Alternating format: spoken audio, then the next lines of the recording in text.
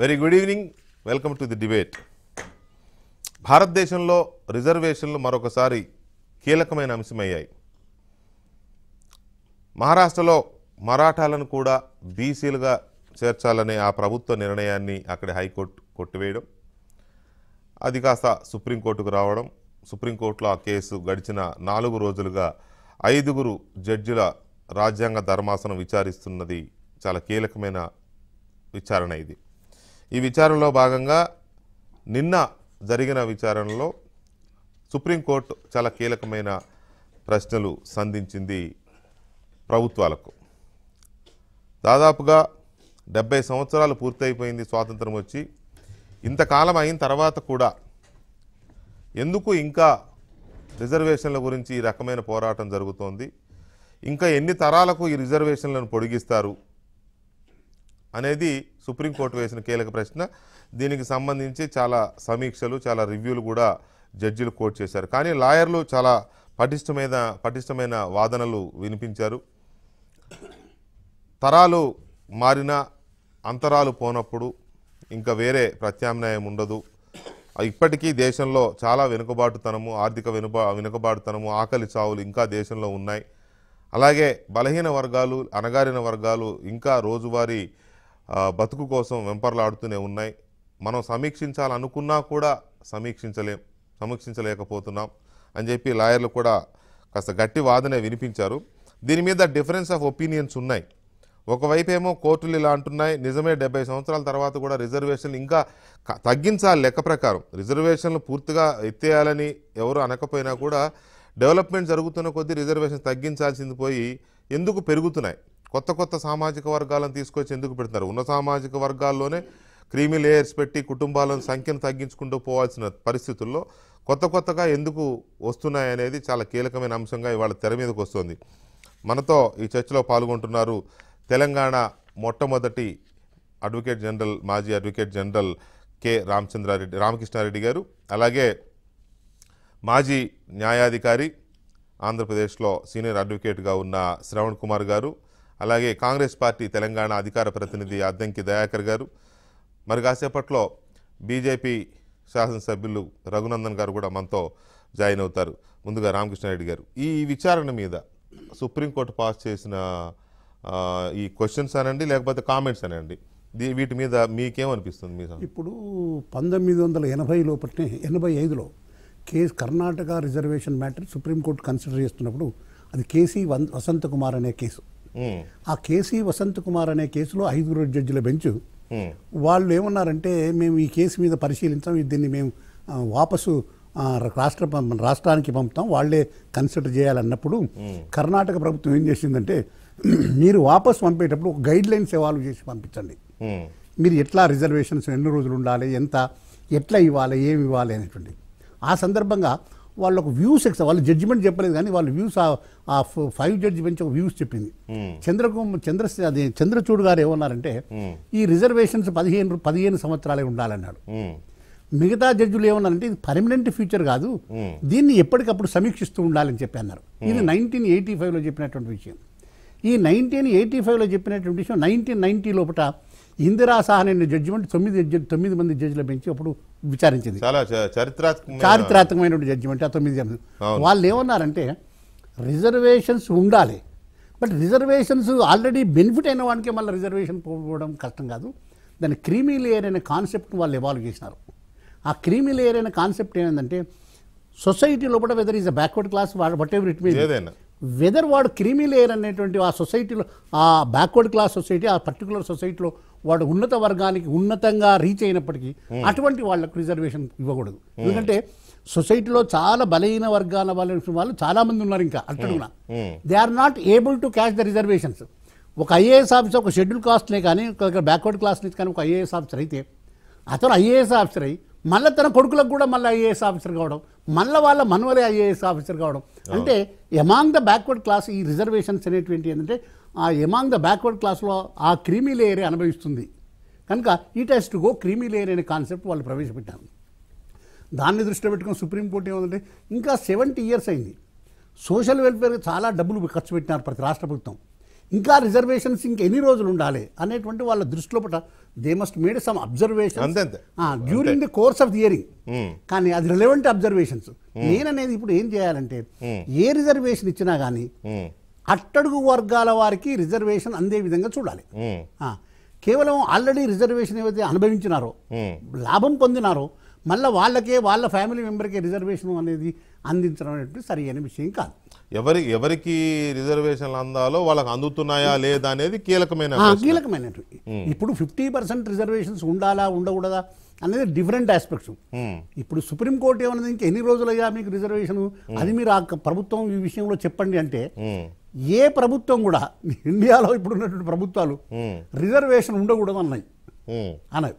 ఎందుకంటే వాళ్ళ వాటి మీద కదా రాజకీయాలు బతుకుతున్నదే రిజర్వేషన్.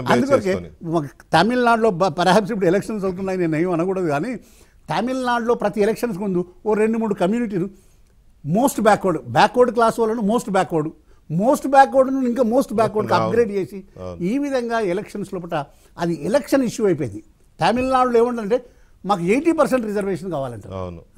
ఇప్పటికీ అక్కడ 60% రిజర్వేషన్ అత్యధికంగా రిజర్వేషన్ అంటే వాళ్ళు ఏమంటారంటే నేను ఒక లాభం పొందినటువంటి ఐఏఎస్ ఆఫీసర్ బ్యాక్వర్డ్ క్లాస్ అంటే మేము ఇంకా కొన్ని 100 సంవత్సరాలైనా మాకు బ్యాక్వర్డ్ క్లాస్ లోనే ఉంటాం, మాకు ఆ విధంగా క్రీమీ లేయర్ అనే కాన్సెప్ట్ కరెక్ట్ కాదని వాళ్ళ ఆర్గ్యుమెంట్ ఉంటుంది. రైట్. శ్రవణ్ కుమార్ గారు, గుడ్ ఈవినింగ్. శ్రవణ్ కుమార్ గారు, ఈ సుప్రీంకోర్టు యొక్క అబ్జర్వేషన్స్ మీద, సుప్రీంకోర్టు సంధించిన ప్రశ్నల మీద మీ విశ్లేషణ ఏంటి? వెంకటకృష్ణ గారు, వెరీ గుడ్ ఈవినింగ్. అక్కడ ఉన్నటువంటి పెద్దలకు కూడా మీ ద్వారా నమస్కారాలు. నమస్కారం. లర్నెడ్ ఫార్మర్ అడ్వకేట్ జనరల్ గారు చెప్పిన అభిప్రాయంతో నేను పూర్తిగా విభేదిస్తున్నాను. ఎందుకంటే first of all we should note that reservations is not for persons who are backward, financially backward. Reservations is given for only untouchabilities. Because ఈ దేశంలో, ఈ రాష్ట్రంలో రిజర్వేషన్స్ ఆర్థికపరమైనటువంటి మూలాలతోటి ముడిపడి ఉంటే ఒక ఐఏఎస్ ఆఫీసర్ కొడుకుకి ఇంకా అతను వివక్షత ఎదుర్కొన్న సందర్భంలో రిజర్వేషన్స్ ఇచ్చింది ఆర్థికపరమైనటువంటి అంశాలను బేస్ చేసుకొని కాదు కదా. రిజర్వేషన్స్ ఇచ్చింది వెనుకబాటుతనానికి, సామాజిక వెనుకబాటుతనానికి. రిజర్వేషన్స్ ఇచ్చింది వివక్షతని ఎదుర్కొంటున్న వర్గాలకి, అంతే తప్ప ఆర్థికంగా వెనుకబాటు పడిన వాళ్ళకి రిజర్వేషన్స్ కాదు కదా. ఈవెన్ ఐఏఎస్ ఆఫీసర్ కొడుకునైనా సరే ఎక్కడికి వెళ్ళినా వివక్షత ఎదుర్కొంటాడు, ఐపీఎస్ ఆఫీసర్ కొడుకైనా ఎక్కడికి వెళ్ళినా వివక్షత ఎదుర్కొంటాడు. మేము జడ్జిలుగా వర్క్ చేసినా ఎక్కడికి వెళ్ళినా వివక్షత ఎదుర్కొంటున్నాం. బికాస్ ఇంత అత్యున్నతమైనటువంటి సమాజంలో ఇంకా వివక్షత ఎదుర్కొంటున్నప్పుడు the basic point is reservations are given not for a financially backward people. Reservations are given for only socially backward people who are humiliating, who are facing humiliation from the society. That is what I wanted to clarify first of all. And another thing, reservations in Kennallu అనేటువంటి అంశం ఇది honourable supreme court 5 members అడిగినటువంటి విధానాన్ని నేను పూర్తిగా సమర్థిస్తున్నాను. ఎందుకంటే it is true, ఇంకా 73 సంవత్సరాల తర్వాత కూడా ఈ దేశంలో ఇంకా రిజర్వేషన్స్ పొడిగించుకుంటూ పోతున్నారు. అంటే రాజకీయపరమైనటువంటి ప్రయోజనాలతోటి పాలకులు దళితుల్ని ఓటు బ్యాంక్ అని చూస్తున్నారు తప్ప నిజంగా వాళ్ళు డెవలప్ అవ్వాలి, ఈ దేశంలో వాళ్ళకు కూడా ఉద్యోగాలు రావాలి, వాళ్ళకు కూడా ఇండస్ట్రీస్ స్థాపించాలి, వాళ్ళు కూడా ఈ దేశంలో పరిపాలన భాగస్వాములు కావాలి, వాళ్ళు కూడా ఈ దేశంలో పరిపాలించగలిగిన అర్హత కలిగిన వాళ్ళని గుర్తించడంలో రాష్ట్ర ప్రభుత్వాలు ఫెయిల్ అయిపోయినాయి. రాష్ట్ర ప్రభుత్వాలు కావచ్చు, కేంద్ర ప్రభుత్వాలు కావచ్చు, కేవలం దళితుల్ని ఓటు బ్యాంక్గా చూసిన కారణంగా వాళ్ళు ఇన్ని లక్షల, ఆంధ్రప్రదేశ్ రాష్ట్రంలోనే చూద్దాం వెంకటకృష్ణ గారు, ఇంకెక్కడి దాకా వెళ్లాల్సిన అవసరం లేదు. ఆంధ్రప్రదేశ్ రాష్ట్రంలో 2 లక్షల కోట్ల బడ్జెట్ ప్రవేశపెడుతుంటే ఎస్సీ ఎస్టీ సప్లాన్కి సంబంధించి 17,000 కోట్ల రూపాయలు, అంటే population at par with the population ప్రకారం they should allocate the funds. But what is happening, గత ప్రభుత్వంలో కానీ ఇప్పుడు ప్రభుత్వంలో కానీ funds are not being utilized. Funds are being diverting to the other sectors.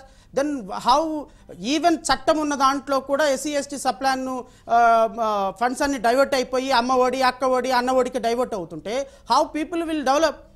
Assume a moment, ఈ రాష్ట్రంలో, ఈ దేశంలో స్టిల్ 2020 నుంచి 126వ అమెండ్మెంట్ ద్వారా 2030 వరకు రిజర్వేషన్లు పొడిగించారు అంటే దానికి ఒక 150 పేజీల ఎక్స్ప్లెనేషన్ రాసుకున్నారు అంటే మీరు ఏ కమిటీ అయినా వేయండి వెంకటకృష్ణ గారు, ఈ రోజుల్లో భారతదేశంలో దళితుల పరిస్థితి ఎలా ఉంది అనేది గ్రామాలకు వెళ్ళి చూస్తే తెలిసిపోతుంది. సో నిజంగా ప్రభుత్వాలు చిత్తశుద్ధి చోటి పనిచేస్తే దళితులకు రిజర్వేషన్స్ అవసరం లేదు, బడుగు బలహీన వర్గాలకు రిజర్వేషన్స్ అవసరం లేదు. కానీ వాళ్ళు కేవలం ఫండ్స్ అలొకేషన్ చేస్తారు, ఫండ్స్ మిస్యూజ్ చేస్తారు, దళితులను ఓటు బ్యాంక్గానే చూసుకుంటారు. వాళ్ళకి విద్యలోనో ఉపాధిలోనో లేకపోతే అధికారంలోనో భాగస్వామ్యం ఇస్తే మన నెత్తి మీద ఎక్కి తొక్కుతారు. కాబట్టి వాళ్ళని ఓటు బ్యాంక్గానే చూడాలి, రిజర్వేషన్లు తీసుకునే వర్గాలుగానే చూడాలి, అడుక్కు తినే వర్గాలుగానే చూడాలి, దేహి అని మమ్మల్ని అడిగే వర్గాలుగానే చూడాలని ఈ దుర్మార్గపు పాలకుల ఆలోచన. ఈ దుర్మార్గపు పాలకుల ఆలోచన ఇంకెన్నాళ్ళు అని ప్రశ్నించింది Supreme Court. Yes, it is true. దుర్మార్గపు పాలకుల ఆలోచన ఇంకెన్నాళ్ళు, ఇంకెన్ని సంవత్సరాలు పొడిగిస్తారు, ఇంకెన్నిసార్లు మమ్మల్ని అడుక్కునే పరిస్థితిలో పెడతారు? నిజంగానే వెంకటకృష్ణ గారు 24 గంటలు డిబేట్ పెట్టాలి దీని మీద. ఒక్కొక్క డిపార్ట్మెంట్లో జరిగినటువంటి స్టాటిస్టికల్ రిపోర్ట్స్తో సహా I have a statistics with me, ఎందుకంటే టైం పర్మిట్ చేయదు. కానీ ల్యాండ్ విషయంలో కానీ, ఉపాధి విషయంలో కానీ, హాస్పిటల్స్ విషయంలో కానీ, విద్యాలయాల విషయంలో కానీ, మీడియా విషయంలో కానీ, ఎంటర్‌ప్రెన్యూర్స్ డెవలప్మెంట్ విషయంలో కానీ, న్యాయాధికారుల విషయంలో కానీ. శ్రవణ్ కుమార్ గారు మీరు చెప్పిన దాంట్లో 2 ఇష్యూస్ ఉన్నాయి. నాకు అనిపించింది కాంట్రాడిక్టరీ కూడా కనిపించింది మీ ఆర్గ్యుమెంట్లో. అంటే ఏంటంటే రామకృష్ణారెడ్డి గారి మాజీ అడ్వకేట్ జనరల్ రామకృష్ణారెడ్డి గారి ఆర్గ్యుమెంట్తో విభేదిస్తున్నాను అన్నారు. Right, that is your right, no doubt. కానీ సామాజిక వెనుకబాటుతనంతో ఇచ్చిన రిజర్వేషన్లు కదా, ఇప్పటికీ వివక్ష ఉంది.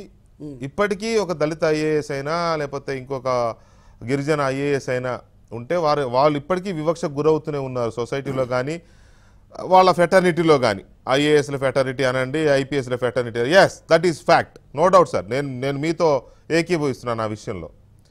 కానీ సామాజిక వెనుకబాటుతనం ఇంకా పోలేదు ఇండియాలో అంటే పోలేదు, ఉంది, నో డౌట్.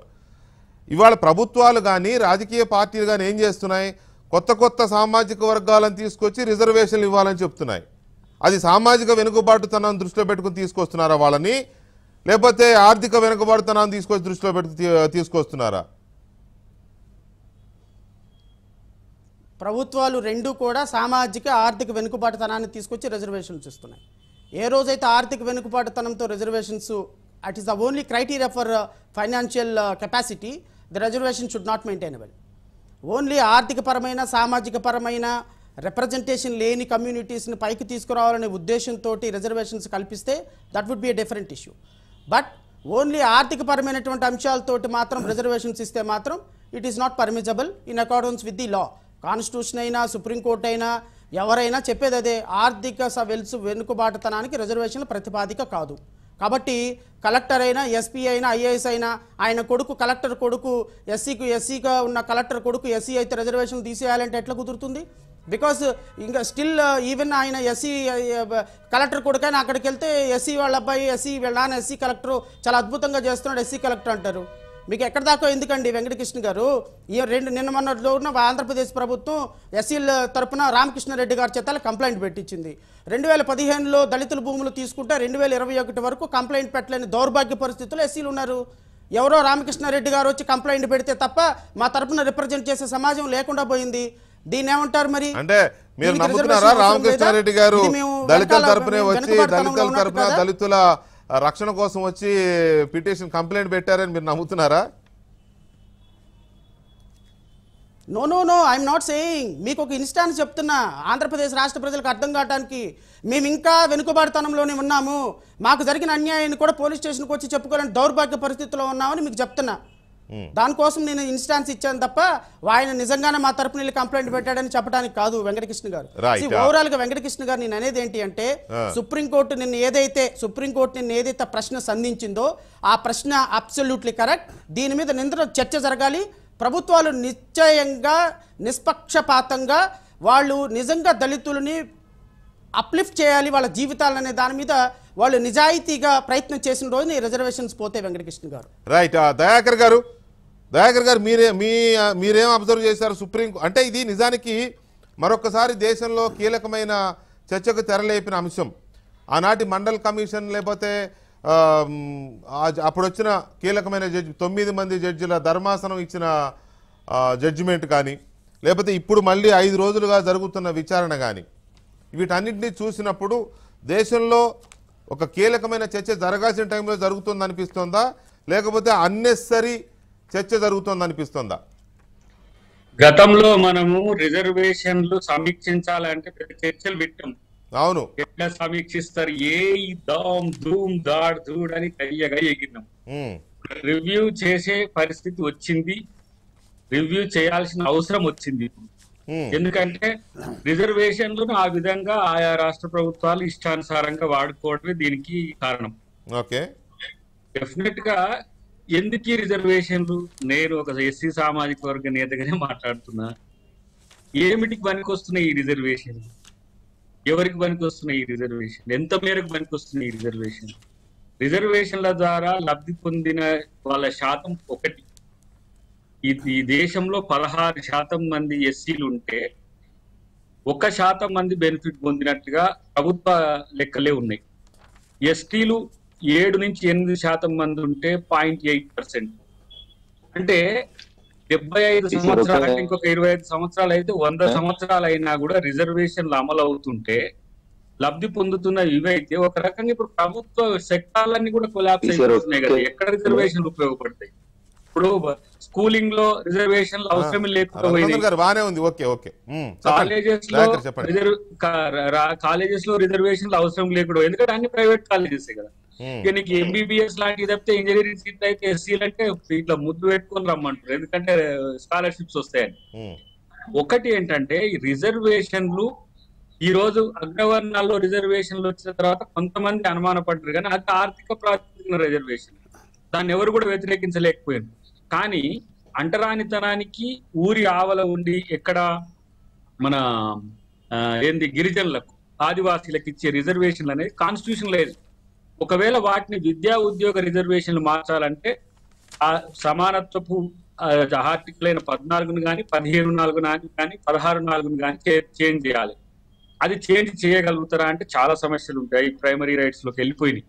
మీరు ఒకవేళ మార్చగలిగితే రాజకీయ రిజర్వేషన్లు అవి 10 సంవత్సరాలకు ఒకసారి రివ్యూ చేసుకోవాల్సినవి.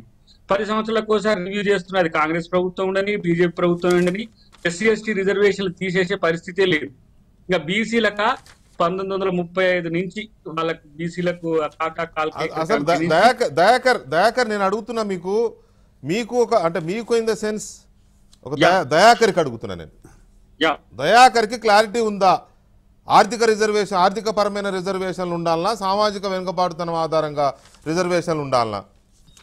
అసలు అంబేద్కర్ గారు రిజర్వేషన్లే వద్దన్నాడు. మీరు చరిత్రకు పోతే, పూనా ఫ్యాక్ట్ పోతే, నా వర్గాలను పాలించేటోళ్ళు ఏళ్ల తరబడి నా వర్గాలను అణచివేసింది కాబట్టి నా వర్గాలకు రాజ్యాధికారం కావాలంటే ద్వంద్వ నియోజకవర్గాల ప్రతిపాదన పెడతాడు. అప్పుడు గాంధీ గారు హిందువుల్లో విభజనకు అంబేద్కర్ గారు ప్రయత్నం చేస్తుంటే ఇది మంచి పద్ధతి కాదని నిరాహార దీక్ష పూనుకుంటాడు. అయితే అప్పుడున్న పెద్దలందరూ కలిసి ఇదెందుకు ఈ పాపం నువ్వు కట్టుకుంటావు, మాట్లాడి అందరం మనం స్వాతంత్రం ఇంకా సంపూర్ణ స్వాతంత్రం వచ్చిన తర్వాత మనం ఏదైనా చేసుకోవచ్చు, కానీ మీరైతే దీంట్లో ఈ ద్వంద్వ నియోజకవర్గాల ప్రతిపాదన వెనకకి తీసుకోండి అంటే అప్పుడు కదా రిజర్వ్డ్ దానికి సిస్టమ్ కు 1910లో ఎంఐఎంకి ఇచ్చింది బ్రిటిష్ ప్రభుత్వం. అటు తర్వాత ఎస్సీలకు కూడా కావాలని రౌండ్ టేబుల్ సమావేశాల్లో అంబేద్కర్ గారు కొట్లాడతారు. ఈ రిజర్వేషన్ ఎందుకంటే ఈ వెనుకబడ్డ జాతులకు ప్రత్యేక ఒక వెసులుబాట్లు ఉంటే వీళ్ళతో ఏది సమాజంలో కలుస్తారు, సభ్య సమాజంలో కొంత అడ్వాన్స్మెంట్ అవుతారని. అది ఏంది 3-4 వేల సంవత్సరాల వెనుకబాటుతనం కదా. ఈ 75 సంవత్సరాలతోనే పోదు. ఇప్పుడు ముఖ్యమంత్రి మాంఝీ గారు ఉన్నప్పుడు బీహార్ లో ఆ టెంపుల్ కు ఒక మంచి టెంపుల్, అది సామ్రాజ్య లక్ష్మి సంథింగ్, అక్కడ టెంపుల్ ఆయన దర్శనం చేసుకున్న వెంటనే సంప్రోక్షణ చేసింది ముఖ్యమంత్రి, ఆ రాష్ట్ర ముఖ్యమంత్రి. మనం చర్చించుకున్నాం కూడా. అంటే ఈ సామాజిక వివక్ష పోదు. ఎంత చెప్పినా ఈ దేశంలో కులం పోదు అంటే జోక్ అవుతుంది. మనం మాట్లాడుకునేటోళ్ళని కూడా పిచ్చోళ్ళు అనుకుంటారు. కులం పోదు. ఈ దేశంలో మతం ఉన్నంత కాలం కులం ఉంటది. నిజమే దయాకర్ గారు, నిజమే మీరు అన్న పాయింట్ వాస్తవం. వెనుకబాటుతనం గురించి, సామాజిక వెనుకబాటుతనం లేకపోతే వివక్షాపూరితమైన వెనుకబాటుతనం నేను చెప్పాను, ఇందాకే చెప్పాను. శ్రవణ్ కుమార్ గారు లేవనెత్తిన అంశంతో కూడా దట్ ఈస్ ఫ్యాక్ట్ అని. కానీ నిజమే, మాంఝీ ఆ బీహార్ ముఖ్యమంత్రిని కూడా టెంపుల్కి వెళ్ళి వచ్చినందుకు ఆలయాన్ని పరిశుద్ధం చేసిన ఒక దుర్ఘటన మన కళ్ళ ముందు ఇంకా చెదిరిపోలేదు, వాస్తవమే. కానీ కొత్త సెక్షన్ ఆఫ్ పీపుల్స్ని తీసుకొచ్చి రిజర్వేషన్స్ దీంట్లోకి తీసుకొస్తున్న సందర్భం మనం చూస్తున్నాం గడిచిన ఒక 20 సంవత్సరాలుగా, 25 సంవత్సరాలుగా. అంటే ఉన్న ఒక్క నిమిషం ఉన్న వాళ్ళ నుంచి ఈ రిజర్వేషన్స్ టైం పెరుగుతున్న కొద్దీ ఉన్న వాళ్ళని తగ్గించాలి. క్రీమీ లేయర్ అనో ఇంకోటనో తీసుకొచ్చి ఆ ఎదిగిన కుటుంబాలను ఎక్స్క్లూడ్ చేస్తూ ఇంకా అందాల్సిన వాళ్ళకి అందిస్తూ అది జరగాల్సింది పోయి ఇంకా వేరే వాళ్ళని తీసుకొచ్చి ఇందులోకి తీసుకురావడం వల్ల మజ్జిగ పలసనవుతోందనే విషయం అర్థం కావడం లేదా అనేది సుప్రీంకోర్టు ఇండైరెక్ట్గా అడిగింది, కాకపోతే తెలుగులో అడగలే అంతే. అది కంప్లీట్ గా కరెక్ట్. అదే రెండవది, మన 2 తెలుగు రాష్ట్రాల్లో ఒక పాజిటివ్ యాంగిల్ తీసుకుందాం వెంకటకృష్ణ గారు. ఇక్కడ కమ్మలు, రెడ్లు, శూద్రుల్లో ఉండి చరిత్రలో వాళ్ళు డెవలప్ అయిన తర్వాత వాళ్ళు ఓసీలకు రిజర్వేషన్లు అడగలే, పటేళ్ల మాదిరిగా అడగలే. అక్కడ ఏంది మన ఎక్కడ బీహార్ లో ఇంకోటి ఉంది కదా, వాళ్ళు మొన్నటిదానికి రైలు పట్టాలు అట్లా అడగలే. మేము ఆర్థికంగా డెవలప్ అయినామని చెప్పి ఆధిపత్య కులాల్లోకి వెళ్ళిపోయింది. ఇక్కడ కూడా రైతు వెనకటికి మన బ్రిటిష్ తో కొట్లాడేటప్పుడు కూడా బీసీలుగానే ఉన్నారు. మీకు ఇప్పుడు అగ్ర కులాల్లో చేరిండు, వాళ్ళేం అడగలే. ఈ అడిగేటోళ్ళు ఎవరు, అడిగిపించేటోళ్ళు ఎవరు అనేదే సమస్య. ఇప్పుడు నేనేమంటున్నా అంటే డెఫినెట్ గా నేను అంతకుముందే చెప్పిన దీంట్లో ప్రక్షాళన జరగాల్సిన అవసరం ఉంది, రివ్యూ జరగాల్సిన అవసరం ఉంది. నాకు వచ్చిన ఆలోచన ఈ దాదాపు ఈ 5-6 సంవత్సరాలు రాజకీయంగా వివిధ రాష్ట్రాలు తిరిగిన తర్వాత ఒక కమ్యూనిటీ ఒక్కడ బీసీ ఉంటది, ఒక్కడ ఎస్సీ ఉంటది, ఒక్కడ ఎస్టీ ఉంటది, ఒక్కడ ఓసీ ఉంటది, ఒకటే కమ్యూనిటీ. అదే ఏంటి వివక్ష? మళ్ళీ దీంట్లో ఇక్కడ ఎస్సీ అంటే అంటున్నాం, అక్కడ ఎస్టీ అంటే అది డిఫరెంట్ ఉన్నది. నేనేమంటున్నా, అసలు జనాభా ప్రాతిపదికన దామాషా ప్రకారం పంచుకుంటే పోలా, ఏంటి పంచాయతీ ఎవడో రిజర్వేషన్ ఇచ్చినట్టు రిజర్వేషన్ వరకు అవన్నీ వెంకటకృష్ణ స్టూడియోలోనో వెంకటకృష్ణ డిబేట్ లోనో అది జరిగేవి కాదు. అవి పార్లమెంట్ లో లేకపోతే కోర్టుల్లో మేము చట్టసభలోకి పోయినాక అదే ప్రతిపాదన చేస్తాం. ఇన్ని రోజులు ఉన్నారు కదా, కోర్టు ఇండైరెక్ట్ గా మిమ్మల్ని అడిగింది మహానుభావ. మిమ్మల్ని అంటే మీ అధికారంలో ఉన్న పార్టీలనే అడిగింది. ఏమి సాధించారు? 70-75 సంవత్సరాలు అవుతోంది, ఇంకా రిజర్వేషన్లు పెంచమని, లేకపోతే ఇంకా రిజర్వేషన్లు దాన్ని రివ్యూ చేయకుండా ఇంకా ఎక్స్పాండ్ చేసుకుంటూ వెళ్తామంటే ఎలా అని అడిగింది. అసలు ముందు సోషల్ బ్యాక్వర్డ్నెస్, ఎకనామికల్ బ్యాక్వర్డ్నెస్ అనే ఈ రెండింటికి సరైన క్లారిటీ, సరైన డెఫినేషన్ ఇవ్వకుండా ఎంతకాలం చేస్తారనేదే కోర్టు అడిగిన క్వశ్చన్. దానికి సమాధానం చెప్పాల్సిన అవసరం ఉంది. మేము చట్టసభలోకి వెళ్తామంటే మీరు వెళ్ళకపోతే మీ పార్టీ చాలా రోజులు ఉంది, దాదాపు 65 సంవత్సరాలు. నేను ఇది వెంకటకృష్ణ గారు పర్సనల్ గా చెప్తున్నా. ఇది రాహుల్ గాంధీ గారితో చర్చించినప్పుడు ఈ విషయం చెప్తున్న పర్టికులర్ గా నేను శ్రవణ్ గారు ఉన్నాం. ఆ రోజు రిజర్వేషన్లు మనం పొడిగిస్తున్నాము, ఆధిపత్య కులాల్లో రిజర్వేషన్లను మనం వ్యతిరేకిస్తే సమస్య అవుతుంది. మరి ఎట్లా ఈ సమస్యకు పరిష్కారం అని అనుకున్నప్పుడు ఒక మార్పు ఇక్కడ అవసరం. కోర్టు చెప్పిన దాంట్లో ఒక వర్గం వైపు ఆలోచించదు కదా, కోర్టు 2 పక్షాల వైపు ఆలోచిస్తుంది కదా. చాలా స్పష్టంగా మీరు పెంచుడేంద్ర మరి 50% రిస్ట్రిక్షన్ పెట్టుకున్నారా, దాటింది లేదంటే దాటుతున్నది. అలాంటప్పుడు ఎక్సీడ్ అవుతున్నప్పుడు ఈ సిస్టమ్ ఫెయిల్యూర్ అని అనుకుంటున్నప్పుడు దాంట్లో మార్పులకు అవసరం ఉంది. అంటే నేను అనుకున్న కోణం ముందు నుంచి మనం అంటున్న కోణం మిత్రుడు శ్రావణ్ కూడా చెప్పింది ఏంటంటే, ఈ ఎస్సీ ఎస్టీ రిజర్వేషన్లు జనరల్ రిజర్వేషన్ మీద కాదు, ఇవి పూర్తిగా సోషల్ బ్యాక్వర్డ్నెస్ కాదు, ఒక సోషల్ ఈవిల్స్, అంటరానితనము లేకపోతే ఊరి కావాల గిరిజనులు ఆదివాసీ మూలం ఈ రెండింటి. కాబట్టి వాటితో మనం సామాజిక వెనుకబడితనం కూడా అనలేం దీన్ని, అసలు సామాజిక దురాచారాల. కానీ ఇక్కడ ఒక పాయింట్ అర్థం చేసుకోవాల్సింది ఏంటంటే, సామాజిక వెనుకబాటుతనం ఉన్న దగ్గర ఆర్థిక వెనుకబాటుతనం కూడా ఉంటది 100%. కానీ ఆర్థిక వెనుకబాటుతనం ఉన్నంత మాత్రాన సామాజిక వెనుకబాటుతనం ఉండదు. అలాగని చెప్పి రిజర్వేషన్స్ వద్దా అంటే ఇవాళంతా విద్యా ఉద్యోగాలు వీటన్నిటిలో రాజకీయాల్లో లేకపోయినా కూడా ఈ విద్యా ఉద్యోగాల్లో ఈ ఆర్థికంగా వెనకబడిన వాళ్ళకు కూడా తప్పని పరిస్థితి వచ్చింది కదా. ఎందుకంటే చదివించే కెపాసిటీ లేకపోవడం, పోటీ పడే కెపాసిటీ లేకపోవడం వల్ల. రైట్, ఒక్క నిమిషం దయాకర్ ఒక్క నిమిషం, ఒక్క మాటను ముగిస్తాగు. అదే న్యాయ వ్యవస్థలో 75 సంవత్సరాలుగా రిజర్వేషన్లు లేవు, అది కూడా అడగవరండి వారు. నిజమే, న్యాయ వ్యవస్థలో రిజర్వేషన్ లేవు. నిన్న మొన్న విన్నాను, ఇప్పుడున్న సుప్రీంకోర్టు జడ్జిల్లో ఒక్కరే మహిళా జడ్జి ఉన్నారని, ఒక్కరే మహిళా జడ్జి. ఇది అంటే ఈ సామాజిక వెనుకబాటుతనము దళితులకు లేకపోతే గిరిజనులకు లేకపోతే బలహీన వర్గాలకు కాదు, మహిళలకు కూడా వచ్చిందనేది మన సుప్రీంకోర్టు ఇప్పుడు అంతేనే సార్, ఒక్కరేనంటే ఇప్పుడున్నది. ఎంత బాధాకరమైన విషయం ఇది. సో అలాంటివి చాలా ఉన్నాయి, మన రంధ్రాన్వేషణ చేస్తే చాలా ఉన్నాయి రంధ్రాలు. సో ఒక్క నిమిషం, రఘునందన్ గారు నమస్కారం. Good evening Venkatakrishna. టెక్నికల్ గా ఎంత ఇబ్బంది ఉన్నా మీ సీటు మీకు రిజర్వ్ అయి ఉంది అక్కడ. మీ విండో మీకు. ధన్యవాదాలు. ధన్యవాదాలు. సో ధన్యవాదాలు. అందువల్ల ఈ రిజర్వేషన్ల మీద సుప్రీంకోర్టు ఇచ్చిన అంటే ఇచ్చిన అబ్జర్వేషన్స్ మీద మీకేమనిపిస్తుంది? ఎందుకు అడగాల్సి వస్తుందంటే మిమ్మల్ని వాళ్ళ ప్యానల్లో పెట్టిన ఉద్దేశం కూడా, మీరు వచ్చిన తర్వాతనే ఈడబ్ల్యూఎస్ కింద 10% రిజర్వేషన్ ఇచ్చినారు అగ్రవర్ణాల పేదల కోసం. అది కూడా చర్చకు వచ్చింది సుప్రీంకోర్టులో. 50% ఉంటే ఎలా ఉంటుంది, ఈ ప్రభుత్వం వచ్చిన తర్వాత 10% పెంచింది. పెంచడానికి తప్పుపట్టలేదు కానీ ఆ లాయర్లు పెంచింది. కానీ కొన్ని రాష్ట్రాల్లో విభిన్న పరిస్థితులు ఉన్నందువల్ల ఇలాంటి డిమాండ్స్ వస్తున్నాయి. ఉదాహరణకు ఆంధ్రప్రదేశ్లో కాపులు కావచ్చు, లేకపోతే గుజ్జర్లు, లేకపోతే పటేదారులు, ఇప్పుడు మహారాష్ట్రలో మరాఠాలు, ఇట్లా చాలా ఉన్నాయి. సో ఇలాంటి డిమాండ్లు వస్తున్నాయని లాయర్లు కోర్టు దృష్టికి తీసుకొచ్చారు. అప్పుడు 70 ఏళ్ల తర్వాత కూడా ఎందుకు ఈ దురవస్థ అనేది కోర్టు ప్రశ్న. రఘునందన్ గారు. మిత్రుడు దయాకర్ ముగించే కంటే ముందు ఒక మాట అన్నాడు ఇందాక. న్యాయం చెప్పడం కాదు, న్యాయం జరుగుతుందా లేదా అనేది చూడాల్సినటువంటి న్యాయమూర్తులు న్యాయం చేస్తలేరేమో అనేది నా ఉద్దేశం. ఇక్కడ రిజర్వేషన్ల గురించి మాట్లాడాలంటే ఇప్పుడు నాకున్న ఒకే ఒక ఇబ్బంది, ఉన్నట్టు మాట్లాడుకోవాలి కాబట్టి వెంకటకృష్ణ గారు. ఏం పర్వాలేదు, అందరు మిత్రులే, ఎవరు తప్పు పట్టరు, ఒపీనియన్స్ మాత్రమే ఇవి. మీ ఒపీనియన్ మీరు నిష్కర్షగా చెప్పండి, తప్పేం లేదు. తప్పు పట్టినా ఒప్పు పట్టినా ఈ దేశానికి స్వతంత్రం వచ్చిన 7 దశాబ్దాల తర్వాత ఇంకా ఇందాక దయాకర్ పాయింట్అవుట్ చేసినటువంటి వర్గాల యొక్క ఆర్థిక సామాజిక వెనుకబాటుతనానికి 100% ఈ దేశాన్ని పాలించినటువంటి పాలకులదే బాధ్యత. ఒక పాలకులదైనా బాధ్యత అంటే జ్యుడిషియరీది కూడా బాధ్యత ఉంటుంది. అంతే కదా. ఒక జ్యుడిషియరీదైనా బాధ్యత అంటే ఆ ఫలితాలను, ఆ రిజర్వేషన్ ఫలితాలను అందుకుంది. డాక్టర్ బిఆర్ అంబేద్కర్ గారు చెప్పినట్టు 2వ జనరేషన్ కి తీసుకోకుండా మొదటి జనరేషన్ అనుభవించినటువంటి పెద్దలు ఆయా వర్గాల నిజంగా అభ్యున్నతి కోసం పనిచేసి ఉంటే ఈ పంచాయతీ వచ్చేది కాదు.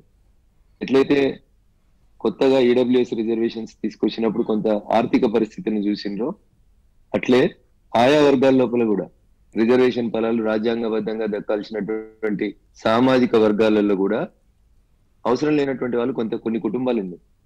ఆ కుటుంబాలు స్వచ్ఛందంగా రిజర్వేషన్ వదులుకొని పాలకులు ఏ తప్పులైతే చేసిరో ఆ తప్పుల్ని ప్రజల ముందుకు తీసుకొని వచ్చి ఇంకా వీళ్ళకి రిజర్వేషన్లు ఇచ్చాలి, వీళ్ళకి రిజర్వేషన్ అవసరం ఉంది, మా కుటుంబం పొందింది, మేము సామాజికంగా రిజర్వేషన్ అవసరం లేదు, నా తోటి వాళ్ళకి ఇప్పిస్తాను అనే కొంత చైతన్యాన్ని వారు ప్రదర్శించుంటే ఇంకొంచెం బాగుంటుండే.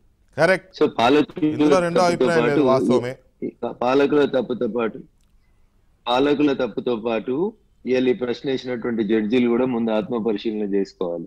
నేను చాలా సందర్భాల్లో అడిగిన, మీరు ఎందుకు 33% రిజర్వేషన్ మహిళా బిల్లు పాస్ చేస్తలేరని మమ్మల్ని అడుగుడు కాదు జడ్జీలారా. ముందు మీ జడ్జీల కుర్చీల పక్కన మీ పక్కన 33% మంది మహిళల్ని కూర్చోబెట్టుకోండి. మీరు అడుగుతున్నారు కదా 50% రిజర్వేషన్ దాటొద్దని.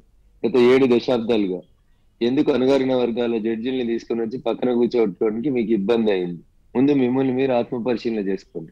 నా దిక్కు 1 ఏళ్ళు చూపిస్తున్నా, మీకు 4 ఏళ్ళు మీ దిక్కు చూపిస్తున్నాయి అనేది మీరు ఎందుకు మర్చిపోతున్నారు? ఎందుకు జ్యుడిషియల్ కమిషన్ ఎందుకు వద్దంటున్నారు? మీరు మీ కుటుంబ సభ్యులే జడ్జీలు ఎందుకు కావాలి? మీ జూనియర్లే జడ్జీలు ఎందుకు కావాలి? అట్లయితే ఈ న్యాయ వ్యవస్థ ఎట్లా బతుకుతుంది? ఇట్లా మాట్లాడితే ఉన్నట్టు మాట్లాడితే ఊరందరి కంటేనే పంచాయతీ ఉంటుంది. భారతీయ జనతా పార్టీ నాయకుడైన రఘునందన్ ఇట్లా మాట్లాడతాడా అట్లా మాట్లాడతాడా, అధికారంలో ఉన్నాడు కదా చేయొచ్చు కదా అంటారు ప్యానెల్లో ఉన్న మిత్రులు. భారతీయ జనతా పార్టీ ఒకవేళ ఇప్పుడు రిజర్వేషన్ల గురించి మాట్లాడింది అనుకోండి, వెంటనే వచ్చేటువంటి చర్చ ఏముంటది? భారతీయ జనతా పార్టీ రిజర్వేషన్ చేసేటువంటి కుట్ర చేస్తా ఉంది, అంబేద్కర్ గారు రాసినటువంటి రాజ్యాంగాన్ని మార్చే కుట్ర చేస్తా ఉంది, అల్కగా మా మీద బురద వెళ్ళేటువంటి ప్రయత్నం జరుగుతుంది వెంకటకృష్ణ. అందుకని ప్యానెల్లో నాకంటే ముందు పెద్దలు ఎవరున్నారు ఇట్లా అన్నారు నాకు తెలియదు, కానీ రిజర్వేషన్స్ ఉండాలి. ఎన్ని సంవత్సరాలు? ఇప్పటి నుంచి మనం ఒక బార్ పెట్టుకుందాం, ఒక 20 సంవత్సరాలు పెట్టుకుందాం. ఈ 20 సంవత్సరాల్లో నిజంగా రిజర్వేషన్ అవసరం లేనటువంటి కుటుంబాలు ఐడెంటిఫై చేసి పక్కకు పంపించి రిజర్వేషన్ అవసరం ఉన్నటువంటి కుటుంబాలకి 100% రిజర్వేషన్ ఇవ్వాలి. అది రాజకీయ నాయకులు బాధ్యత తీసుకోవాలి, మీడియా తీసుకోవాలి, జడ్జీలు కూడా బాధ్యత తీసుకొని అవకతవకలకు పాల్పడి మళ్ళీ నేను డీటెయిల్ ఇంకా డిస్కషన్ ఇంతకంటే ఎక్కువ కొనసాగిస్తే ఇబ్బంది అనిపిస్తుంది. ఎవరైతే ఆ సర్టిఫికెట్లని దుర్వినియోగం చేసి ఉద్యోగాలు పొందుతా ఉన్నారో, డాక్టర్ బిఆర్ అంబేద్కర్ గారి స్ఫూర్తికి వ్యతిరేకంగా పనిచేస్తా ఉన్నారు, వాళ్ళకు క్యాపిటల్ పనిష్మెంట్ అనేటువంటి ఒక భయాన్ని చూపెట్టి నిజంగా ఆర్థికంగా వెనుకబడి ఎవరికైతే రిజర్వేషన్స్ అవసరం లేదు. దీంట్లో మళ్ళీ చాలా పంచాయతీలు వస్తాయి వెంకటకృష్ణ గారు.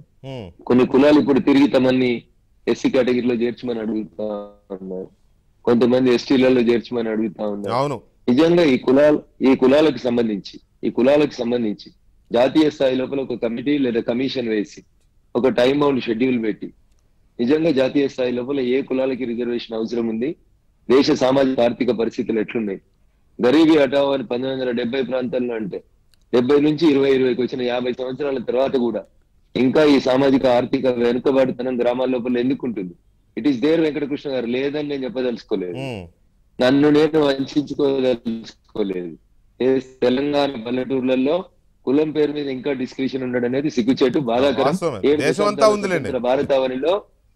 7 దశాబ్దాల స్వతంత్ర భారతావనిలో ఇది 100% పాలకుల తప్పు. You have to eradicate it. అది లేకుండా చూడాల్సినటువంటి బాధ్యత పాలకులదే. Undisputed it is. TRS Congress BJP ఇంకొక పార్టీ అనేది నేను మాట్లాడదలుచుకోలేదు. 100% ఇది పాలకులు 7 దశాబ్దాలు చేసినటువంటి పాపం. దానికి జ్యుడిషియరీ కూడా 100% సపోర్ట్ చేసింది. ఇవాళ వాళ్ళు కళ్ళు తెరుచుకున్నారని నేను అనుకోవట్లేదు, కానీ కళ్ళు తెరిచి జ్యుడిషియల్ కమిషన్ కి అవకాశం ఇవ్వండి. ఎందుకు ఐఏఎస్లు ఐపీఎస్లు దళితులు లేదా ఎస్సీ ఎస్టీ వర్గాలకు సంబంధించినటువంటి వాళ్ళు మెరిట్ ను ఉపయోగించి రాగలుగుతున్నప్పుడు జ్యుడిషియరీలోకి ఎందుకు రావద్దు వెంకటకృష్ణ గారు? ఏం బారు వచ్చింది? మీకున్నటువంటి ఇబ్బంది ఏముంది? వాళ్ళని మీ పక్కన కూర్చోబెట్టుకోవడానికి ఇబ్బంది పడి మీరు ఎట్లా మాట్లాడుతున్న న్యాయం గురించి? ఏ సామాజిక న్యాయం గురించి మాట్లాడదలుచుకున్నారు మీరు? మహిళలు ఉండొద్దు, మీ పక్కన దళితులు ఉండొద్దు, మీ పక్కన బడుగు బలైన వర్గాలు ఉండొద్దు, మీరే ఉండాలి. మీ తాత జడ్జి అయితే కొడుకు జడ్జి కావాలి, కొడుకు జడ్జి అయితే కొడుకు ఆఫీసులో ఉన్న వాళ్ళు జడ్జి కావాలి. ఏం జడ్జీలు అండి? ఏం వ్యవస్థ అండి? కంటెంప్ట్ ఆఫ్ కోర్టు ఇస్తారని అడుగురు వెంకటకృష్ణ గారు. అడుగుదాం ఒకసారి కోర్టుపై. కంటెంప్ట్ ఆఫ్ కోర్టు కాదు కానీ జడ్జిల నియామకాల ప్రాసెస్ మీదనే. అంటే మీరు అన్నదానికి కంటెంప్ట్ ఆఫ్ కోర్టు దాకా వెళ్ళనవసరం లేదనుకుంటా. బట్ జడ్జిల నియామకమే రాజకీయ పార్టీలకు అనుసరణలో జరుగుతున్నప్పుడు జడ్జిల నియామకమే జడ్జిల నియామకమే రాజకీయ పార్టీలకు అనుసరణలో జరుగుతున్నప్పుడు అక్కడ అన్యాయం చేస్తే రాజకీయ పార్టీలు చేసినట్టే. వెంకటకృష్ణ 2014లో మేము అధికారంలోకి వచ్చిన తర్వాత మీరని కాదు, టోటల్ గా ఓవరాల్ గా. ఒక్క నిమిషం. భారత న్యాయ వ్యవస్థ లోపల తప్పు జరుగుతా ఉంది కాబట్టి జ్యుడిషియల్ కమిషన్ తేవాలన్నాం. What is problem? ఎట్లయితే ఐఏఎస్ ఐపీఎస్ సెలక్షన్ కోసం యూనియన్ పబ్లిక్ సర్వీస్ కమిషన్ ఉన్నట్టు జడ్జిల సెలక్షన్ కోసం ఒక సర్వీస్ కమిషన్ పెడితే తప్పేందండి? జడ్జిలందరూ ఎందుకు వ్యతిరేకిస్తారు? కేంద్రం మీద ఎందుకు యుద్ధం ప్రకటిస్తారు? మాట్లాడితే మేమంతా ఇండిపెండెంట్ అటానమస్. ఏమి ఇండిపెండెంట్ అండి? ఏం న్యాయం అండి మీ దగ్గర? మీరు అన్నారు కదా ఇందాక 32 మంది జడ్జిలలో ఒక్క మహిళా జడ్జి ఉంటుందా వెంకటకృష్ణ గారు? 7 దశాబ్దాలలో దగ్గర 600 మంది జడ్జిలు అయితే 10 మంది మహిళా జడ్జిలు ఉండరా? ఒక దళితుడు సుప్రీంకోర్టుకు జడ్జి కావద్దా? వీళ్ళు మనకు న్యాయం చెప్తారా? వీళ్ళు రాజకీయ నాయకుల్ని ప్రశ్నిస్తారా? ఓకే, ఇప్పుడు మనది ఒక రకంగా చెప్పాలంటే కాదు రఘునందన్ గారు వినాలే జడ్జీలు కూడా వినాలి. జడ్జీలు కూడా వినాలి. కుటుంబం ముగ్గురు జడ్జిలు ఎట్లయితారండి? నిజమే, మీరు అన్నది 100% కరెక్టే. ఒక కుటుంబం నుంచే 3 జడ్జిలు ఉంటారు, ఒక కుటుంబం నుంచే 3 ఐఏఎస్ ఉంటారు, ఒక కుటుంబం నుంచే 3 ఐపీఎస్ ఉంటారు, ఒక కుటుంబం నుంచే 3 ఎమ్మెల్యేలు ఉంటారు, ఒక కుటుంబం నుంచే 2 ఎంపీలు ఉంటారు. అదే ఒక కుటుంబం నుంచే 3 హీరోలు ఉంటారు, ఒక కుటుంబం నుంచే 3 హీరోయిన్లు ఉంటారు. ఇవన్నీ ఏంటంటే ఒక సెక్షన్ లోకి వచ్చిన తర్వాత వాళ్ళ వారసత్వాలే వస్తున్నాయి. కాకపోతే ఇక్కడ పాయింట్ ఏంటంటే this is not only judiciary. ఇవాళ సుప్రీం కోర్టులో జరుగుతున్న విచారణ రఘునందన్ గారు ఒక మాట దయచేసి వినండి.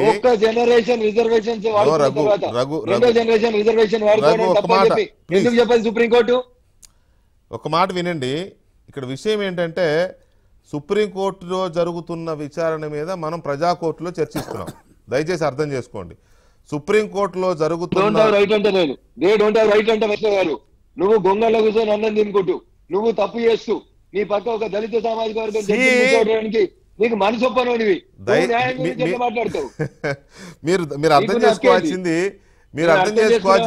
ఫస్ట్ ఆఫ్ ఆల్ రఘునందన్ దయచేసి అర్థం చేసుకోండి. ఎమ్మెల్యే గారు దయచేసి అర్థం చేసుకోండి. This is not at all suo motu case.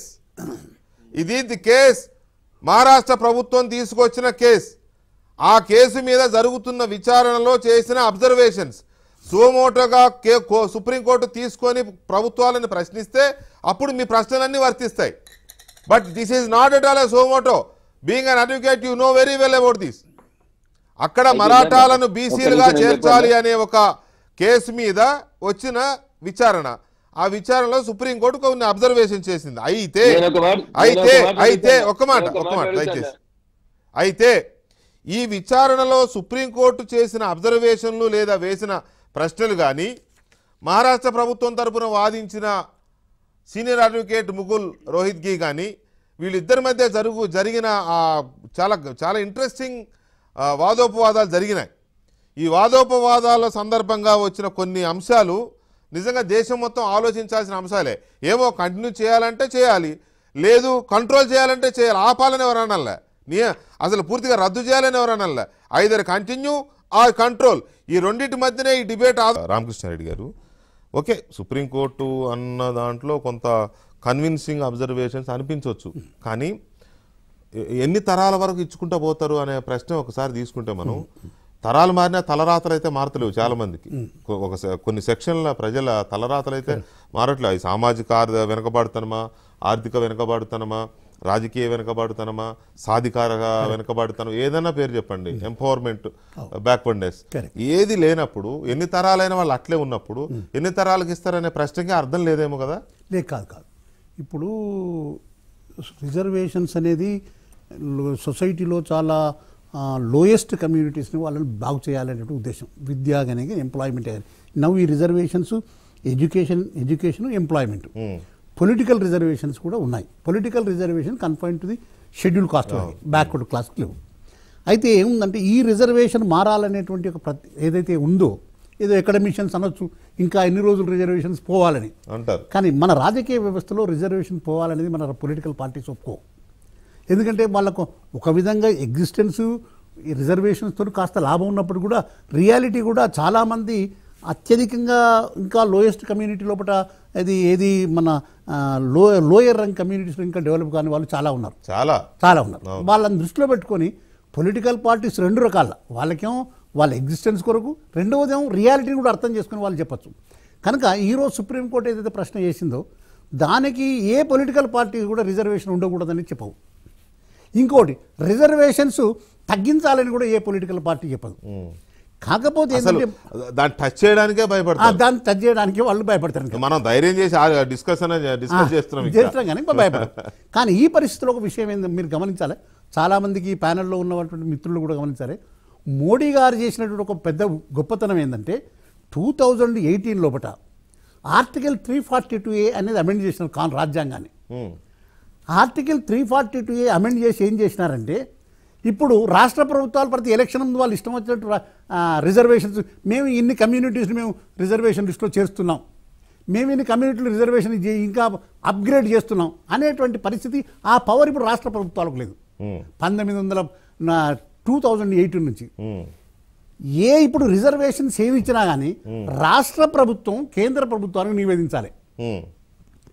కేంద్ర ప్రభుత్వం ఇన్ కన్సల్టేషన్ వాళ్ళ ఎక్స్పర్ట్స్ని కన్సల్ట్ చేసి వీళ్ళు కేవలం రాజకీయంగా వాళ్ళకున్న అక్కడున్న రాజకీయ బలగాన్ని పంచుకోవడానికి, వాళ్ళ పొలిటికల్ స్థితిని పెంచుకోవడానికి వాళ్ళు చేస్తున్నారా, లేకుంటే నిజంగా చేస్తున్నారని కేంద్ర ప్రభుత్వం ఎక్స్పర్ట్ బాడీ కన్సిడర్ చేసి ఆ లిస్టులో చేర్చడానికి కేంద్ర ప్రభుత్వం పార్లమెంటే చేయాలి. అది పార్లమెంట్ కాదు, బీసీల మట్టుకు కేంద్ర ప్రభుత్వం. ఓకే, కాకపోతే సెంట్రల్ లిస్ట్ అని ఎవరినైనా ఏదైనా ఒక సామాజిక వర్గాన్ని కొత్తగా బీసీల్లోనూ చేర్చాలంటే మాత్రం పార్లమెంట్ కేంద్ర ప్రభుత్వం. Okay, central government in consultation with the governor, అంటే that means state government consult చేసిన తర్వాతనే ఆ యొక్క రిజర్వేషన్స్ ఇవ్వడం అనేది ఇప్పుడు ఆర్టికల్ 342 యొక్క సారాంశం.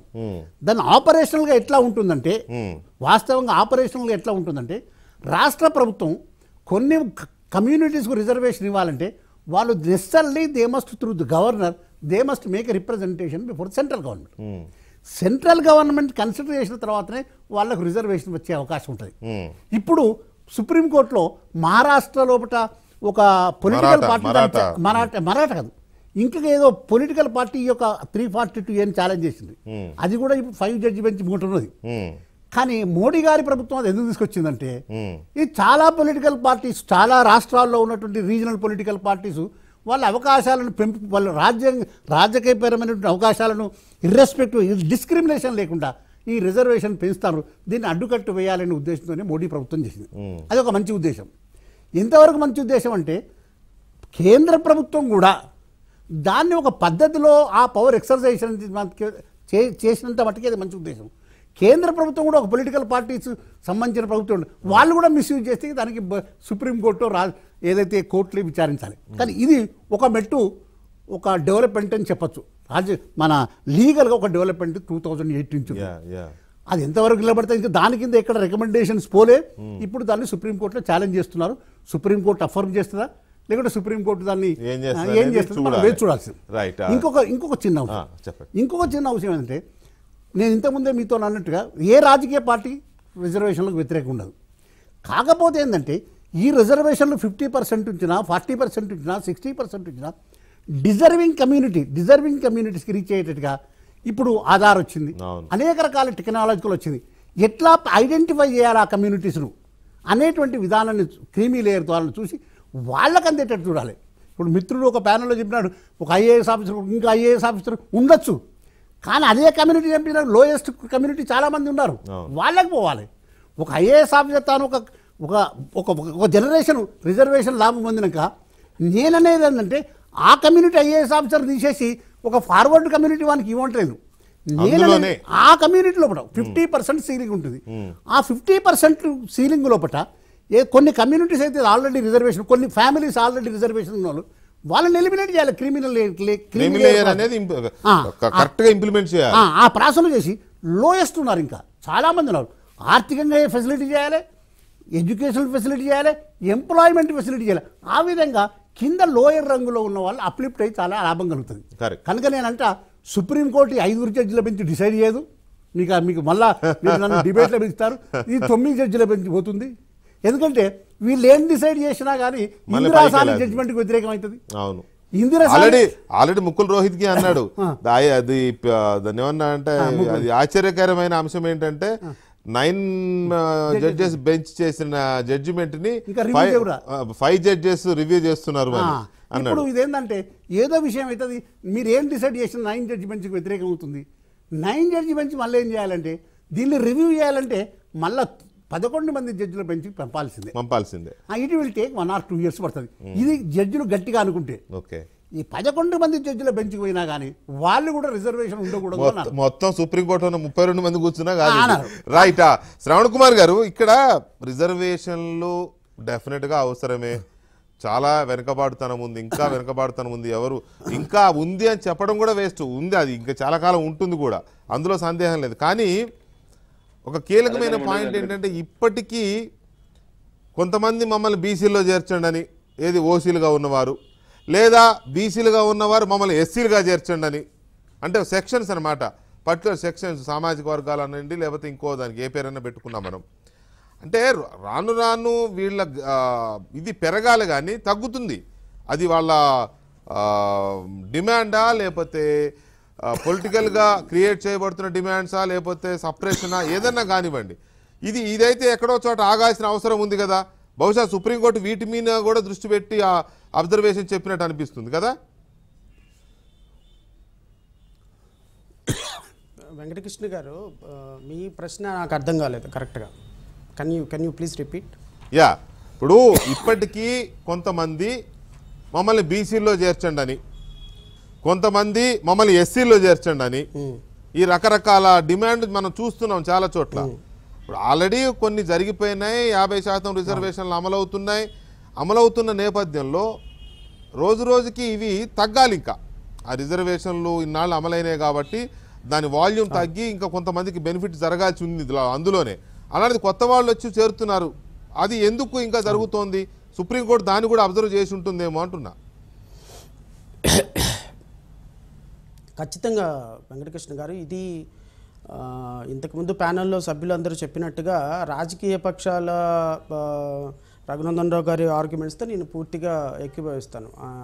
పాలకులు తప్పులు చేస్తూ రూపాయల భోజనం కోసం 2 కిలోమీటర్ల లైన్లో ఇప్పటికీ 2021లో నుంచుంటున్నారంటే, అబ్బా నేను పెట్టిన రూపాయల భోజనంకి 2 కిలోమీటర్ల లైన్లో ప్రజలందరికీ నేను భోజనం పెడుతున్నానని డప్పాలు కొట్టుకునే ప్రభుత్వం, ఇంకా నువ్వు ఈ రోజుల్లో కూడా రూపాయలకు భోజనం పెడుతున్నావు, ఉచిత భోజనం పెడుతున్నావు, ఆ జగనన్న స్కీమ్ ఇస్తున్నావు, లేకపోతే చంద్రన్న కానుకిస్తున్నావు అంటే బారులు బడి నుంచున్నారంటే సిగ్గు తెచ్చుకోవాలి మీరు. ఇంకా రూపాయలకు కూడా ఇన్ని వందల మంది, వేల మంది రూపాయి కిలో బియ్యానికి ఇంకా 3 కిలోమీటర్ల లైన్లో నుంచొని తీసుకుంటున్నారంటే అది మీ పరిపాలనకు నిదర్శనం, మీ చాతకానితనానికి నిదర్శనం. అది పరిపాలనకు చాలా గొప్పగా సాగుతున్నారు. సంక్షేమ పథకాలు ఎంత ఎక్కువ ఇస్తూ ఉంటే ఆ సంక్షేమ పథకాలకి ప్రజలు లక్షలుగా ఆకర్షితులు అవుతున్నారు అంటే అది మీ చాతకానితనానికి నిదర్శనం, పాలకుల నిదర్శనం. అది కాంగ్రెస్ పార్టీ కావచ్చు, బీజేపీ కావచ్చు, XYZ కావచ్చు, ఎవరైనా సరే ఈ దేశంలో ఇంకా ప్రతిపక్ష స్థానం లేకుండా, ఈ దేశంలో ఇంకా రిజర్వేషన్లు కొనసాగిస్తూ, ఈ దేశంలో ఇంకా వెనుకబాటుతనాన్ని, సామాజిక రుగ్మతలని కొనసాగిస్తూ మీ ఓటు బ్యాంకు రాజకీయాల కోసం రాజకీయ పార్టీలన్నీ కలిసడుతున్న నాటకం. దీంట్లో ఎగ్జామ్షన్ ఏం లేదు. వెంకటకృష్ణ గారు, బీసీ కులాల వాళ్ళు ఏమంటారు, ఆహా చూడండి ఎస్సీకి చదివిన వాడికి 100కి 30 మార్కులు వస్తే ఉద్యోగం వచ్చేస్తుంది, నాకు 60 మార్కులు వచ్చిన ఉద్యోగం రాలేదు కాబట్టి ఖచ్చితంగా నాకు 30 మార్కులు వస్తే బాగుందని డిమాండ్ అడుగుతారు. ఖచ్చితంగా ఓసీలు బీసీలో రావాలి, బీసీలు ఎస్సీలోకి రావాలి, ఎస్సీలు ఎస్టీలోకి రావాలి. అడ్వాంటేజ్ సిచ్యువేషన్ తీసుకొని ప్రతి ఒక్క సహజంగా మనిషి అడ్వాంటేజ్గా వెళ్తూ ఉంటారు. ఎందుకంటే కష్టపడకుండా మనకి ఏదో ఒకటి వస్తువు ఉందంటే బాగుంటుంది అనే ఆలోచన సహజంగా మనిషి నైజం. అది దాన్ని మనం తప్పు పట్టకూడదు. కానీ అసలు ప్రభుత్వం ఇన్ని లక్షల కోట్ల రూపాయలు బడ్జెట్ ప్రవేశపెడుతూ ఇన్ని వందల నాకు తెలిసి బాబర్ అక్బర్ టైంలో కూడా ఇన్ని పన్నులు లేవు. నాకు తెలిసి మనం కడుతున్న పన్నులు తీసుకుంటా వరుసనే పెట్టుకుంటా పోతే మనం వాడే ప్రతి మంచినీళ్ళు తాగే వాటర్ బాటిల్ మీద కూడా ట్యాక్స్ కడుతున్నాం. ఇదన్నీ ఎందుకు కడుతున్నాం? మన బతుకులు మార్చమని. మన బతుకులు మార్చకుండా మన దగ్గర డబ్బులు తీసుకునే ప్రభుత్వాలు మనకి బిచ్చం వేస్తున్నట్టు వేస్తున్నాయి. జగన్మోహన్ రెడ్డి గారు అంటారు మీకు మేము ఇస్తున్నాం, సంక్షేమ పథకాలు ఇస్తున్నాం అంటాడు. ఆయన డబ్బులా? చంద్రబాబు నాయుడు గారు అంటారు నేను వేసిన రోడ్ల మీద నడవద్దారంటారు. ఆయన వేసిన డబ్బులా? సో ప్రజలు కట్టుతున్న పన్నులను తీసుకొని ప్రజల్ని బిచ్చగాళ్ళుగా మార్చి వాళ్ళ ద్వారా ఓటు బ్యాంక్ రాజకీయాలు చేస్తున్నారు రాజకీయ పార్టీలన్నీ కూడా. ఇది ఆ పార్టీ ఈ పార్టీ అనేది దీనికి ఎగ్జామ్షన్ అవసరం లేదు. ఓవరాల్గా బహుజనులు, దళితులు ఇంకా అణగదొక్కబడుతున్నారు. 90% సంపాదన ఈ దేశంలో వెంకటకృష్ణ గారు 1% దగ్గర ఉంది. 9% సంపాదన 99% మంది జనం దగ్గర ఈ రోజుకి ఉంది అంటే ఎవరు తప్పు? ఈ రోజున 1948లో మనతో పాటుగా మనకంటే ఒక సంవత్సరం లేటుగా వచ్చిన వెంకటకృష్ణ గారు ఆ దేశం ఇజ్రాయెల్ దేశంలో ఒకప్పుడు 1948లో 1% బిలియనర్స్ కూడా లేరు. ఈరోజు 98% బిలియనర్స్ ఉన్నారు ఆ దేశంలో. తాగటానికి గుక్కెడు నీళ్లు లేని ఆ దేశం ఈరోజు 120 దేశాలకి వాటర్ సప్లై చేస్తుంది. జీవనదులు పారుతున్న ఈ దేశంలో ఇంకా 20 రూపాయలు పెట్టి సిగ్గు లేకుండా వాటర్ లీటర్ బాటిల్ కొనుక్కుంటున్నాం. దీని అంతటికి కారణం ఎవరు? రాజకీయ పక్షాలే. రాజకీయ పక్షాలు రాజకీయాలు చేస్తూ ప్రజల్ని పీడించుకు తింటూ రిజర్వేషన్లు ఇస్తూ వాళ్ళని వెంకటకృష్ణ గారు ఒక్కటే నిమిషంలో ముగిస్తా. ఒక అబ్బాయికి చిన్నతనం నుంచి పాలు పెడితే పాలు తాగి అలవాటు చేసుకుని నిద్రపోతాడు. అదే స్థానంలో లిక్కరో ఏదో ఒకటి పెట్టండి పిల్లోడు, ఇంకో 4 సంవత్సరాలు ఆగిన తర్వాత ఆ లిక్కర్కి అలవాటు పడిపోతాడు. మనం కూడా అదే. మన ప్రజలందరినీ చిన్నపిల్లల్లాగా మనల్ని చూసుకోవాల్సిన పాలకులు మనకి పాలుకు బదులు లిక్కర్ పెడుతున్నాయి. మనం అదే తాగి ఓహో వీళ్ళు చాలా గొప్పవాళ్ళు అని బాధపడుతున్నాం. చిన్నపిల్లడికి తెలియదు. చిన్నపిల్లడికి 5,000 వాడికి ఏమి ఇస్తే ఏం చేస్తాడు? వీళ్ళు 5,000 తీసుకుంటున్నారు, వాళ్ళు ప్రతిపక్ష కార్యక్రమాలు తీసుకుంటున్నారు. మీరు ప్రజలకి అర్థం అవడం కోసం మీరు ఎగ్జాంపుల్ చెప్పినట్టున్నారు కానీ అది నిజం. ఇవాళ సమాజంలో జరుగుతోంది అది. నేను నా కళ్ళతో చూశాను. నేను వరంగల్ జిల్లాలో ఇంటీరియర్గా మా ఏరియాలో, వరంగల్ జిల్లాలో తెలంగాణ జిల్లాలో చాలా చోట్ల ఆ పరిస్థితి ఉంటుంది. పర్టికులర్గా బంజారా లంబాడి తండాల్లో ఆడవారు పనికెళ్తూ పిల్లలకి వాళ్ళు తయారు చేసిన గుడంబ పట్టి వెళ్తారు, మధ్యలో లేచి ఏడవకుండా. I right Dayakar? Hello Dayakar, మ్యూట్లో ఉన్నాం. గుడంబ తాపించి పనికి వెళ్ళిపోతారు, సాయంత్రం వచ్చేంత వరకు ఏడవకుండా ఉంటారని. That is fact. అది ఎగ్జాంపుల్ కాదండి, కఠోర వాస్తవం అది. రఘునందన్ గారు, ఆధిపత్య రాజకీయాల కోసమో లేకపోతే అధికారం పొందడం కోసం చేసే రాజకీయాల్లో ఈ రాజకీయ క్రీడలోనే ఎక్కువగా రిజర్వేషన్లు ఈ రకమైన విశృంఖల పోకడలు పోతున్నాయేమో అనిపిస్తుంది. సరే, సుప్రీంకోర్టు ఏమంటుంది, లాయర్లు ఏం వాదిస్తున్నారు, ఇది సెకండరీ. రిజర్వేషన్లు అవసరమే, కానీ మితిమీరిన అవసరాన్ని క్రియేట్ చేస్తున్నాయేమో పొలిటికల్ పార్టీస్. అది ఎవరైనా కానివ్వండి, కాంగ్రెస్ కావచ్చు, బీజేపీ కావచ్చు, లేకపోతే దేశంలో ఉన్న ఇతర ప్రాంతీయ పార్టీలు కావచ్చు, ఎవరైనా కావచ్చు. మేము మితిమీరినటువంటి స్వార్థంతో మళ్ళీ ఓట్లు పడాలి, మళ్ళీ గెలవాలి, మళ్ళీ అధికారంలోకి రావాలని నేను తప్పు చేస్తున్నాను వెంకటకృష్ణ. ఈ దేశ ప్రజాస్వామ్య వ్యవస్థకి 4 స్తంభాలు, ఆ స్తంభాలలో ఒకటి మీరు, ఇంకొక స్తంభం మాదే ఉంది సార్, మాది ఒట్టి స్తంభం, మీరే 3. అట్లెందుకు చెప్తారు కానీ గట్టి స్తంభాలు మీరు, కానీ మీ మధ్యలో మీ గట్టి స్తంభాలు కూడా వట్టి ఉందా? ఇగో స్తంభాలు. మీరు అన్నారు కాబట్టి చెప్తున్నా, తెలంగాణలో కానీ ఆంధ్రప్రదేశ్లో కానీ ఈ గట్టి స్తంభానికి బలం ఉందా? మీరు చెప్పండి, గుండె మీద చేసుకుని చెప్పండి. అసలు ఈ స్తంభాన్ని లెక్క చేసేటోడు ఉన్నాడా? ఈ స్తంభానికి విలువ ఇచ్చేటోడు ఉన్నాడా? చెప్పండి. మేమైతే విలువిస్తున్నాం సార్, మీరు మీరంటే నా ఫ్రెండ్ కాబట్టి ఇస్తారు. ప్రజాస్వామ్యం పరిడ వెళ్ళాలంటే 4 స్తంభాలు బాగుండాలని కోరుకునే వాళ్ళలో నేను ఒక్కడిని. రాజకీయ నాయకులు తప్పు చేసిర్రు. మీరు ఇందాక అన్నారు కదా, ప్రాంతీయ పార్టీలు తప్పు చేసినాయి. తమిళనాడులో రిజర్వేషన్ 50% దాటి 80% తెచ్చినాయి. ఎన్ని సంవత్సరాలు పెట్టుకుంటారు వెంకటకృష్ణ గారు ఆ కేసు మీ దగ్గర? 30 ఏళ్ళు పడుతుందా మీకు ఆ కేసు డిస్పోజ్ చేయడానికి? తమిళనాడు ప్రభుత్వం 50% దాటి 80% తెచ్చిందని కర్ణాటకలో 76% తెచ్చిరి. కర్ణాటకలో 76 ఉన్నాయి కాబట్టి తమిళనాడు, కర్ణాటక నాకు పక్కన ఉన్నాయి కాబట్టి నాకెందుకు ఇయ్యరని చంద్రశేఖర్ రావు సార్ కూడా, నేను కూడా 65% పోతా అనబట్టే. ఎవరు ఇస్తారు? వాళ్ళిద్దరికి సాధ్యమైంది కానీ తెలంగాణకు సాధ్యం కాలేదు. ఎందుకో నాకు అర్థం కాలేదు. అదే సార్, మేము ఎక్కువ చదువుకోలేదు కదా, మరి ఆ గౌరవ ఓ మిలార్డ్ అంటాం మేము. కనబడను దైవమా, కలరా కనిపించే దైవమా అని పిలుస్తున్నాం జడ్జిలని. ఆ కనిపించే దైవాలు 3 దశాబ్దాల నుంచి ఇన్ని అవకతవకలు జరుగుతా ఉంటే ఎందుకు సరిదిద్దుతలేరు వెంకటకృష్ణ గారు? రాజకీయ నాయకులకి స్వార్థం ఉంది, రాజకీయ నాయకులు తప్పు చేస్తా ఉన్నారు, రాజకీయ నాయకులకు ఎక్కువ అవగాహన లేదు. అవగాహన కలిగినటువంటి జడ్జీలు, జ్యుడిషియరీ, తమిళనాడు రిజర్వేషన్ సిస్టమ్ లో ఫైనల్ జడ్జిమెంట్ ఎందుకు ఇవ్వదు కోర్టు? ఎన్ని సంవత్సరాలు పెండింగ్ పెడతారు? కర్ణాటక కేసు ఎన్ని సంవత్సరాలు పెండింగ్ పెడతారు? అసలు ఏంది మీకు ఉన్నటువంటి బేసికల్ ప్రాబ్లం ఏందనే చెప్పాలి. జడ్జీలు బయటకు వచ్చి ఈ మధ్యలో లీడర్ల కంటే ఎక్కువ చెప్తా ఉన్నారు, మాకు సరి అయినటువంటి సిబ్బంది లేరు కాబట్టి మేము కళ్ళల్లో నీళ్లు పెడతా ఉన్నాం, కేసులను డిస్పోజ్ చేయలేకపోతున్నాం అని జనం ముందు నటిస్తున్నారు. ఇదా వెంకటకృష్ణ గారు? మీకు నచ్చితే 4 రోజుల్లో జడ్జిమెంట్ వస్తుంది. ఒక ముఖ్యమంత్రికి శిక్ష ఇస్తేందుకు నాలాంటి ఒక వకీల్ 18 ఏళ్ళు కష్టపడి ఒక ముఖ్యమంత్రి అవినీతి చేసిండని చెప్పి నిరూపించి శిక్ష ఇప్పిస్తే, లేదు ఆ ముఖ్యమంత్రి మంచోడని చెప్పేందుకు కొంతమంది జడ్జిలు ఉత్సాహపడి ఏడాది లోపలే జడ్జిమెంట్ ఇచ్చారు వెంకటకృష్ణ గారు. ఇది దేశ న్యాయ వ్యవస్థ. అందుకని ఎవరన్నా పొలిటికల్ లీడర్లు ఏమన్నా అంటే నేను అంగీకరించడానికి సిద్ధంగా లేను. మేము తప్పు చేస్తే దాన్ని సరిదిద్దాల్సినటువంటి న్యాయమూర్తులు కళ్ళ గంట కట్టుకున్నారా? అసలు మేము తప్పు చేస్తే పదం రాకూడదు కదా, మేము తప్పు చేస్తామని మీరు అనకూడదు. ఫస్ట్ మీరు తప్పు చేయకూడదు. ఒక్క నిమిషం తప్పు చేయకూడదు. మేము చేస్తలేము. జనాభా ప్రాతిపదికన రిజర్వేషన్లు పెంచేటువంటి వెసులుబాటు ఉంది. జనాభా ప్రాతిపదికన మేము అబ్జల్యూట్ లెక్కలు ఇచ్చి మేము పెంచినప్పుడు మధ్యలో నువ్వెవరండి? ఎందుకు ఇంటర్వ్యూ అయితే ఏడాది లోపల జడ్జిమెంట్ 5 కూర్చుంటారా, 9 కూర్చుంటారా, 11 కూర్చుంటారా, నాకెందుకు sir? What is your duty? ఎన్ని రోజులు పడుతుంది నీకు కేసు డిస్పోజ్ చేయడానికి? ఇక్కడ ఎట్లుంటదంటే, అరే ఉన్నది మాట్లాడుకోవాలి. మేము కూడా ఉన్నట్టే మాట్లాడతామండి. మేము కూడా ఉన్నట్టే మాట్లాడతాం. మీకు గుర్తొచ్చింది కదా అని ఈడబ్ల్యూఎస్ పేరు మీద 10% రిజర్వేషన్ సింగిల్ స్ట్రోక్ తో చేసిన వాళ్ళు 33% మహిళా రిజర్వేషన్ ఎందుకండి 30 ఏళ్ల నుంచి ఆగిపోయింది? మరి దానికి సమాధానం చెప్పవు. ఉన్నట్టు మాట్లాడుతున్నారు. మీరు ఎందుకు అడుగుతలేరు? ఎవరు అడిగేది? మీకు తెలియదా? మీకంటే ఇవాళ అధికారంలో ఉన్న మీకు కానీ నిన్నటిదాకా అధికారంలో ఉన్న కాంగ్రెస్ పార్టీ కానీ తెలియదా? మీరే కళ్ళ గంతలు కట్టుకున్నారా, చెవులలో దూది పెట్టుకున్నారా? సారు కాంగ్రెస్ పార్టీ 2 సార్లు బిల్లు పెట్టింది, పార్లమెంట్ లోపల వీగిపోయింది. అదే వీగిపోతుంది. మరి అందరు దొంగలైనప్పుడు ఒక్క నిమిషం మాకు అబ్సల్యూట్ మెజారిటీ వచ్చింది, నేను చేస్తాం. రిజర్వేషన్ ఖచ్చితంగా తీసుకొస్తాం. కానీ ఇప్పుడు 310 ఇంకేం కావాలి చేయడానికి? రాజ్యసభలో కూడా కావాలి. చాలా బిల్లులు నెగ్గించుకోలేదా? అగ్రికల్చర్ బిల్లులు నెగ్గించుకోలేదా రాజ్యసభలో? ఒక్క నిమిషం మీకు మా మీద ద్వేషం ఉంటే నాకేం ద్వేషం లేదు మిత్రమా, నాకేం ద్వేషం లేదు. అస్సలు లేదు ద్వేషం. చేస్తామంటేనే కదా చేస్తాం, బరాబరి చేస్తాం. ఈ 10 years అయిపోతుంది, ఎందుకంత తొందరపడుతుంది? We have our this one. మా లెక్కలు మాకున్నాయి. పాస్ అవుతుంది అని అనుకునే సందర్భం వస్తుంది, పాస్ అవుతుంది కూడా. పాస్ చేస్తాం కూడా, మేమే పాస్ చేస్తాం. మీరు ఎందుకు టెన్షన్ పెడతారు?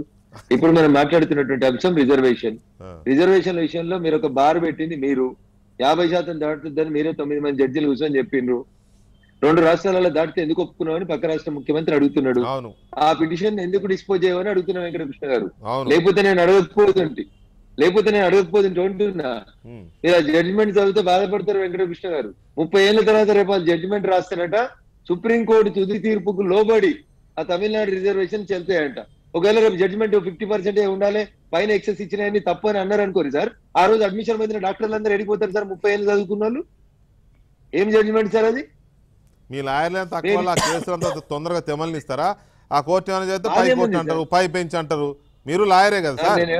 నేనేమంటున్నా సార్, ఇలా ముకుల్ రోహిత్గి గారు అడిగినరు 9 మంది జడ్జిని ఇచ్చినటువంటి జడ్జిని సమీక్షించేటువంటి అధికారం 5 గౌరవ న్యాయమూర్తులైన మీకు లేదు అని అంటే వాళ్ళు బెంచ్ దిగి నెక్స్ట్ పేజీ కల్లా 9 మంది జడ్జిలతో ఉన్నటువంటి బెంచ్ ని కాన్స్టిట్యూట్ చేయాలి. ఆ మాత్రం స్పీడ్ గా ఎక్స్పెడిషియస్ గా మీరు పనిచేస్తలేరు అని అంటే దాని ఉద్దేశం ఏంటి వెంకటకృష్ణ గారు? A day will definitely come. 5 జడ్జిల బెంచ్ సగం కేసు ఇన్న తర్వాత మీరు నేను మళ్ళీ ఎవరో ఇంకో గట్టిగా ఆర్గ్యుమెంట్ చేసినప్పుడు దీన్ని 9 జడ్జిలు ఉన్నటువంటి ధర్మాసనానికి బదిలీ చేస్తామంటారు.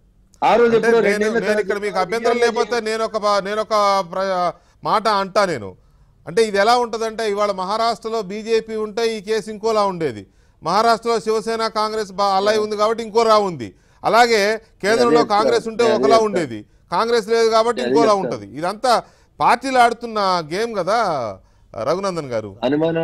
అనుమానం తోటి కేసు ఆర్గ్యుమెంట్ చేస్తే నువ్వు జీవిత కాలంలో గెలవవు సార్. నీకు self confidence is more important, నువ్వు ప్రజెంట్ చేస్తున్న నీ కేసు మోర్ ఇంపార్టెంట్. అనుమానం పెట్టుకుని ఆర్గ్యుమెంట్ చేస్తే కేసు ఏడా గెలుస్తావు?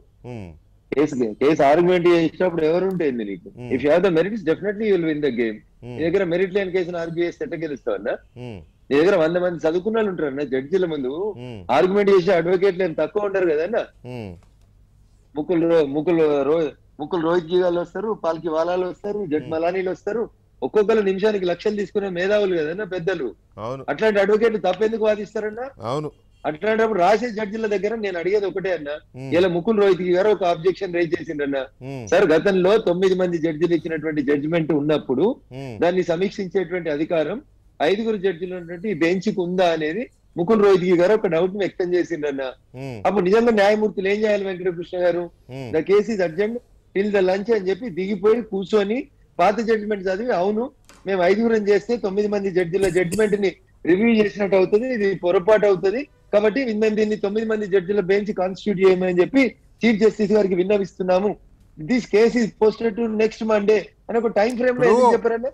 కాదు, ఇక్కడ మీరు అన్న దాంట్లో రఘునందన్ గారు అంటే మీరు ఇక్కడ పొలిటీషియన్ కమ్ అడ్వకేట్, వీళ్ళిద్దరు మిగతా ముగ్గురు, ఒక ఆయన కంప్లీట్ పొలిటీషియన్, వీళ్ళిద్దరేమో అడ్వకేట్స్. ఒక రామకృష్ణారెడ్డి గారు అయితే చాలా సీనియర్ మోస్ట్, శ్రవణ్ గారు కూడా సీనియర్, ప్లస్ ఆయన జడ్జిగా కూడా పనిచేసి రిజైన్ చేశారు. నేను ఎందుకు అంటున్నా అంటే, అనుమానంతో కేసు వాదిస్తే ఎట్లా గెలుస్తావు, సచిన జీవితాంతం గెలవలేవు అని అంటే, అసలు న్యాయ వ్యవస్థనే ఫస్ట్ తప్పు పట్టిందే న్యాయ వ్యవస్థని. డిబేట్ స్టార్టింగే కోర్టుల్లోనే ఇన్ని ఉన్నాయని, అలాంటి న్యాయ వ్యవస్థని అనుమానించకుండా ఆర్గ్యుమెంట్స్ ఎలా ఉంటాయి అనేది ఒక పాయింట్.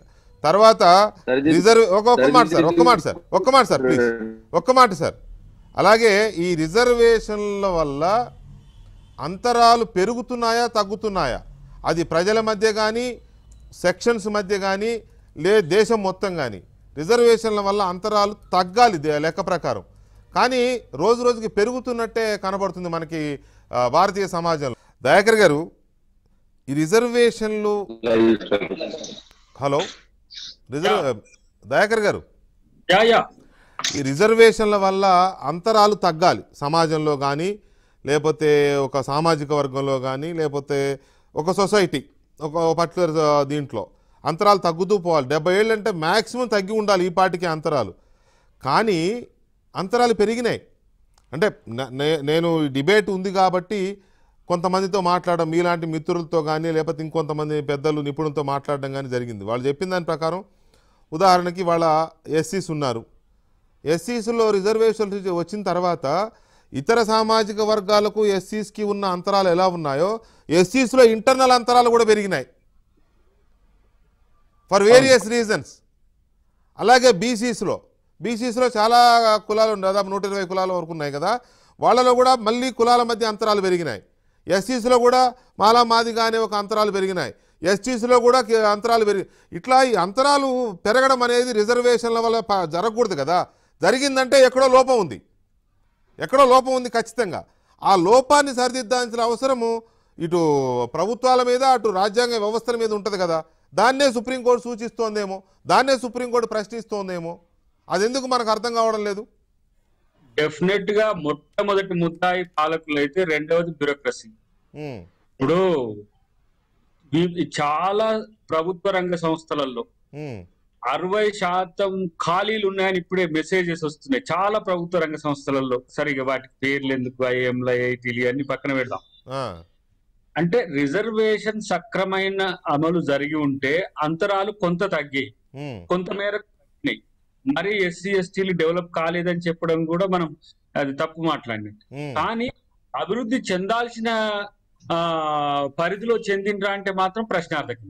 ఉమ్, కానీ రిజర్వేషన్ ఇక్కడ కులాలకు ఉండడం అనేది కూడా ఒక అడ్డంకిగా మారింది.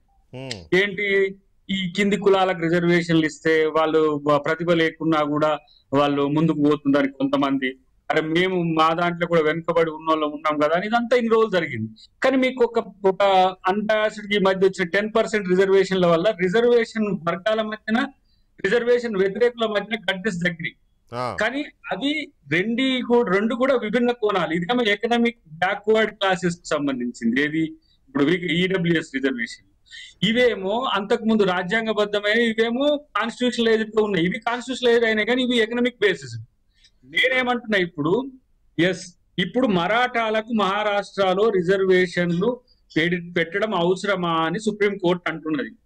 ఆ రోజున గుజరాత్ లో కూడా బనియా ఉపకులం, ఏది మన మోడీ గారు, అవును, ఆ రోజు దాన్ని మర్చి చేసేటప్పుడు కూడా ఈ తరహానే చర్చలు వచ్చినాయి. అప్పుడు మనం సీరియస్ గా ఫాలో కాలేదు. ఉమ్, ఇప్పుడు పటేల్ చాలా సీరియస్ గా జరిగింది కదా, మమ్మల్ని ఎందుకు చేర్చలేదని. ఇప్పుడు ఏంటంటే ఆధిపత్య కులాలు కూడా మేము రిజర్వ్డ్ వర్గాల్లో చేరితే బాగున్ను అనే స్థితికి మన పాలక వ్యవస్థ మారింది అని చెప్పక తప్పదు. సరే, నేను ఈరోజు కాంగ్రెస్ పార్టీలో ఉండని, గతంలో నేను ఉద్యమకారునిగా ఉండని, కానీ ఎంత మేరకు అడ్మినిస్ట్రేటివ్ సక్సెస్ఫుల్నెస్ ఉన్నది అని అంటే బ్యూరోక్రసీ మీద కూడా ఉంటుంది. ఇప్పుడు 5 సంవత్సరాలు 10 సంవత్సరాలు టెన్యూర్ ఉన్న తర్వాత వచ్చే ప్రభుత్వం ప్రయారిటీస్ కూడా చేంజ్ అవుతున్నాయి. ఇప్పుడు అక్కడ మరాఠాస్ ను ఓన్ చేసుకోవడానికి శివసేన ప్రభుత్వం చేసింది అనుకోండి, వాస్తవానికి మరాఠాల చరిత్రలో బీసీలుగా ఉన్నారు అక్కడ.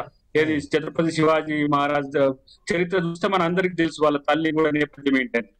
అయితే ఇక్కడ ఏంది, పొలిటికల్ వార్ కు కోర్టు తీర్పులు కూడా కారణమవుతున్నాయి.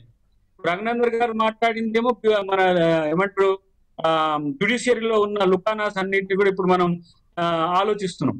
కానీ నేనంటున్నా, రిజర్వేషన్ మీద ఏదో ఒక మూలన ఏదో ఒక అంచా డెఫినెట్ గా అందరికీ అనుమానాలు ఉన్నాయి. ఒకరికి పాజిటివ్ గా ఉన్నాయి, ఒకరికి నెగిటివ్ గా ఉన్నాయి. ఇప్పుడు ఇటువైపు మాట్లాడిన వాళ్ళు ఉన్నప్పుడు ఇటువైపు వస్తున్నారు, ఇటువైపు మాట్లాడిన వాళ్ళు ఇటువైపు వస్తున్నారు. ఈ రిజర్వేషన్ యాంటీ రిజర్వేషన్ ఈ రెండు వర్గాలుగా విడిపోకుండా ఉండడానికి నాకైతే నేను వ్యక్తిగతంగా చెప్తున్నా, ఈడబ్ల్యూఎస్ రిజర్వేషన్లు ఇవ్వడానికి నేను స్వాగతించిన స్పెసిఫిక్ గా. ఎందుకు, ఎంతో మంది ఆ రోజు అనుకునేటోళ్ళు, అరే ఆర్థికంగా బ్యాక్వర్డ్నెస్ ఉన్న వాళ్ళు వేరే కులాల్లో ఉన్నప్పుడు వాళ్ళకి కొంత మానవీయ కోణం నుంచి ఇస్తే అందరూ అనుకుంటే, ఇది అప్పర్ క్యాస్ట్ లో ఉన్న వాళ్ళు కూడా. మాకేంటి, రిజర్వేషన్ అనుభవిస్తున్నందుకు మమ్మల్ని ఏదో ముద్దాయిలుగా చూస్తున్నారు ఏందిరా నాయన నాకు కూడా ఉండే. కానీ వాస్తవం ఏంటిది, మానవీయంగా రిజర్వేషన్ అనుభవించకపోయినా రిజర్వ్డ్ వర్గాల కంటే కూడా చాలా అణిచివేయబడ్డ కులాలకు మానవీయ కోణం నుంచి చేయడాన్ని స్వాగతించాలి. ఇక్కడ కూడా ఎస్సీ ఎస్టీ రిజర్వేషన్లు మానవీయ కోణం కాదు, అది అసలు ఏమంటారు అనగదొక్కి వేయబడ్డ అణగారిన వర్గాలు అంటారు, అనగదొక్కే వర్గాలు. ఈ వీటికి వాటికి డిఫరెన్సెస్ ఉన్నాయి. బట్ రాజకీయం కొరకు రిజర్వేషన్లు ఇవ్వడాన్ని ఎవరినైనా వ్యతిరేకించాలి.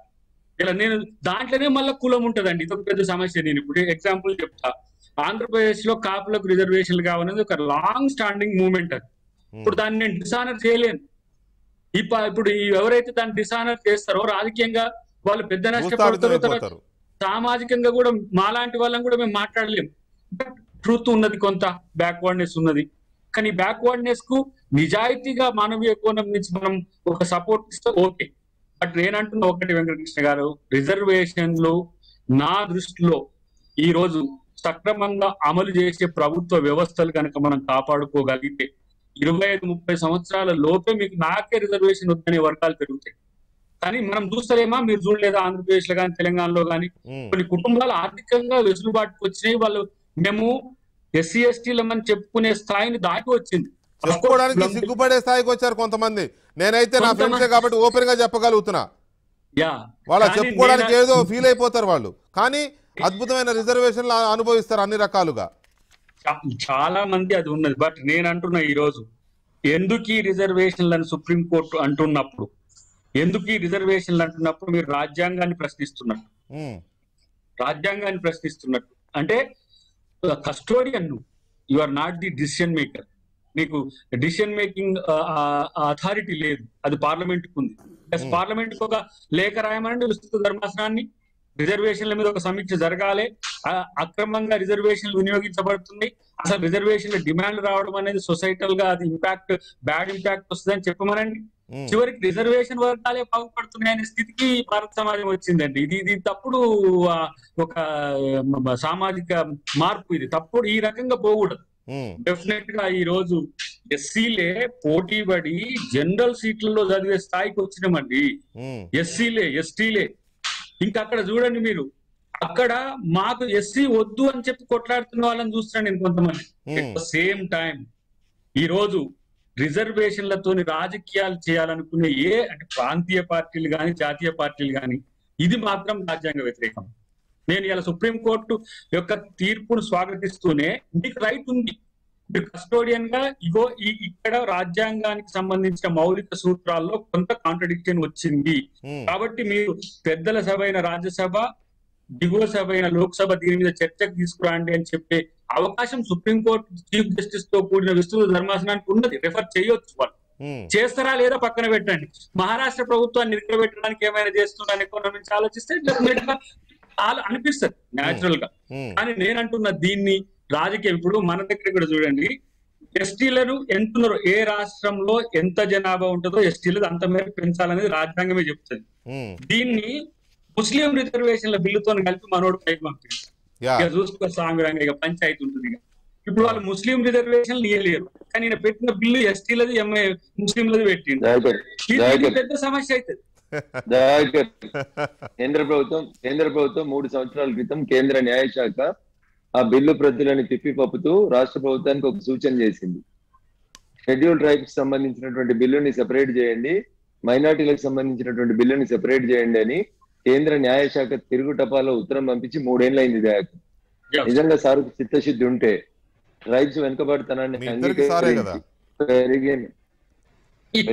కూడా కదా, మీరు కూడా అందరు అడిగే తిరిగి కదా. తెలంగాణ ఉద్యమం నడిచినప్పుడు అందరు తిరిగిన వాళ్ళే కదా, మమ్మల్ని మేము వెనుకబాటు కోసం తిరిగినాం, మిగతా వేరే వేరే అవసరాల కోసం తిరిగినాం.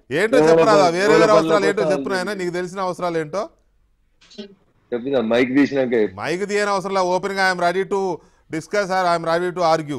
మైక్ తీయాల్సిన అవసరం లేదు. మీ గురించి అంటే 4th ఎస్టేట్ గురించి, వెంకటకృష్ణ గురించి కాదు. రైట్, ఓకే, ఒక్క నిమిషం.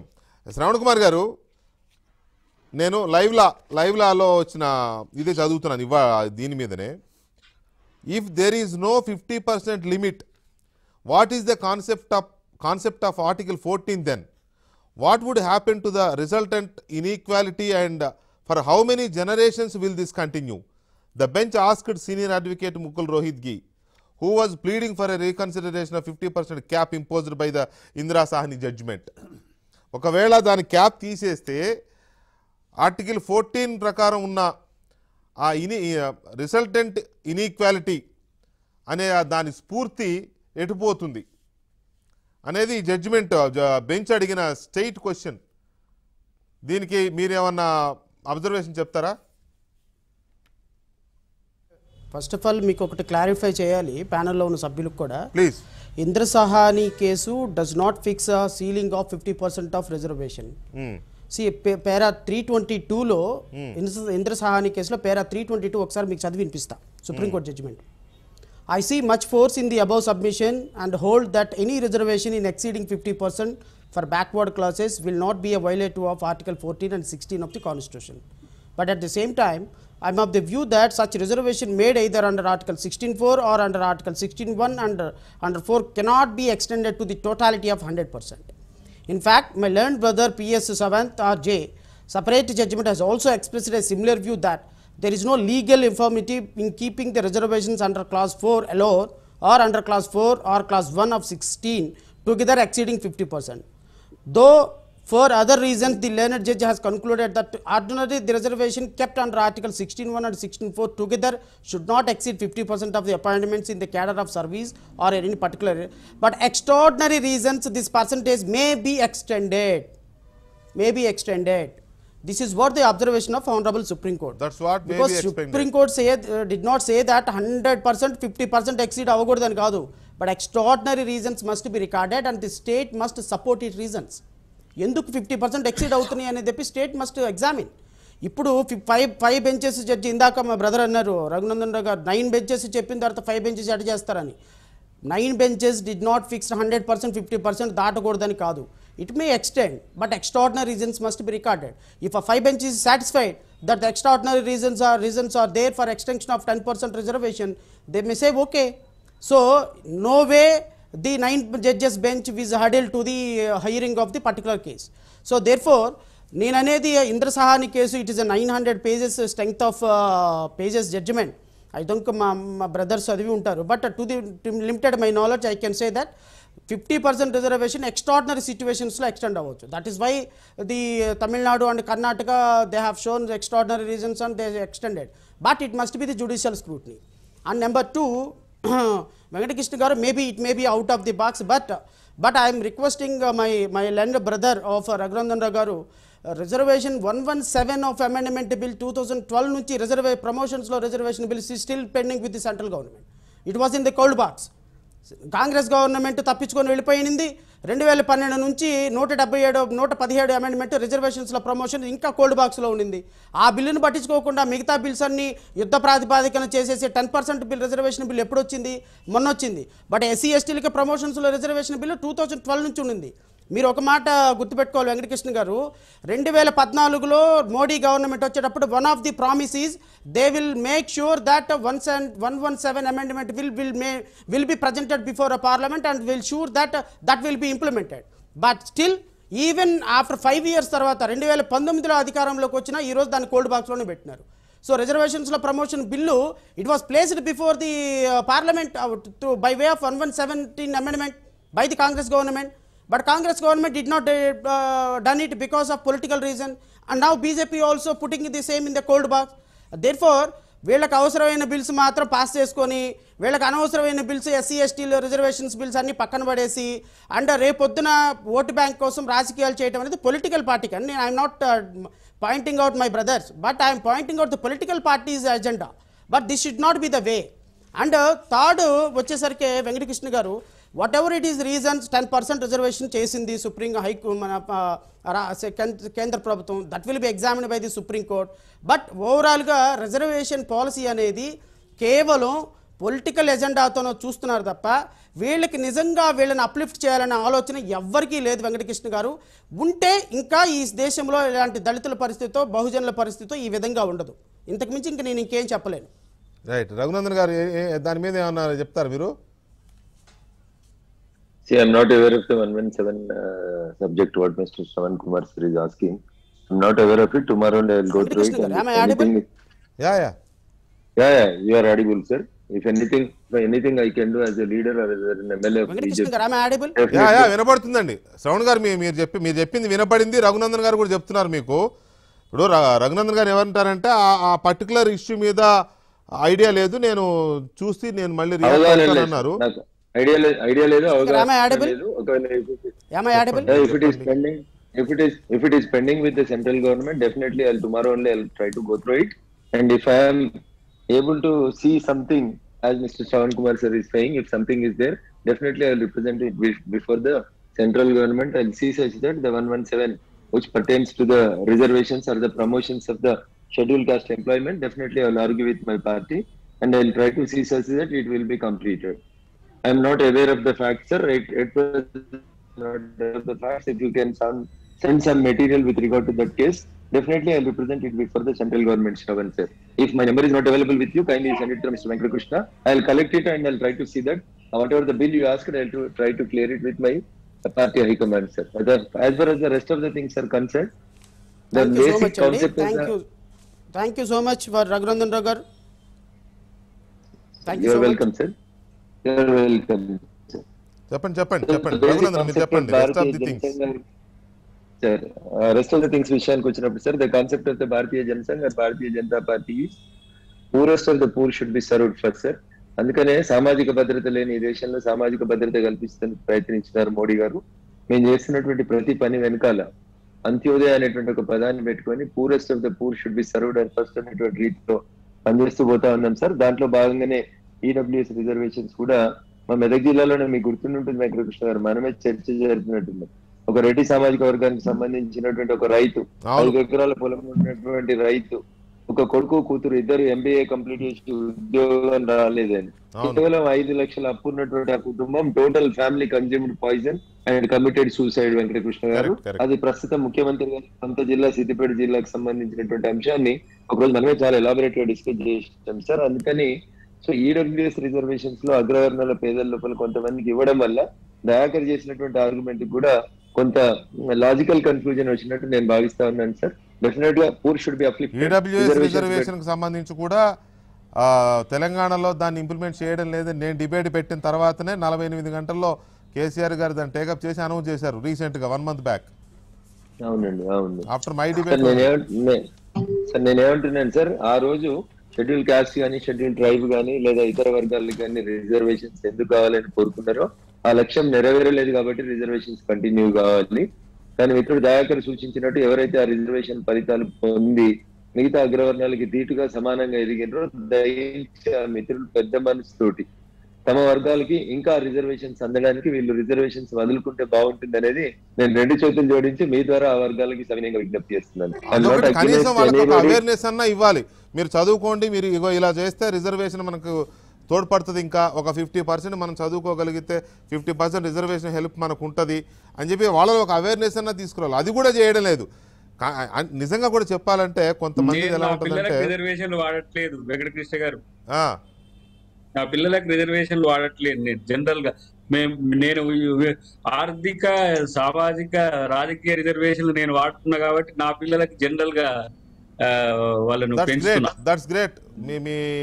మీ వైఫ్ ఎంప్లాయీ కాబట్టి, గవర్నమెంట్ ఎంప్లాయీ కాబట్టి ఇంతో అంతో మీరు కూడా కొంచెం బాగానే ఉన్నారు కాబట్టి మీరు దాన్ని నిజానికి మంచి డెసిషన్. అందరూ అట్లా ఏమాత్రం ఇప్పుడు ఎట్లా అంటే ఒక రేషన్ కార్డు ఇవ్వడానికి రేషన్ కార్డు నీకు ఫ్యాన్ ఉందా, నీకు స్కూటర్ ఉందా, నీకు టీవీ ఉందా అని ఇన్ని పారామీటర్స్ పెట్టి ఇవన్నీ ఉంటే రేషన్ కార్డు కట్ అంటున్నారు కదా.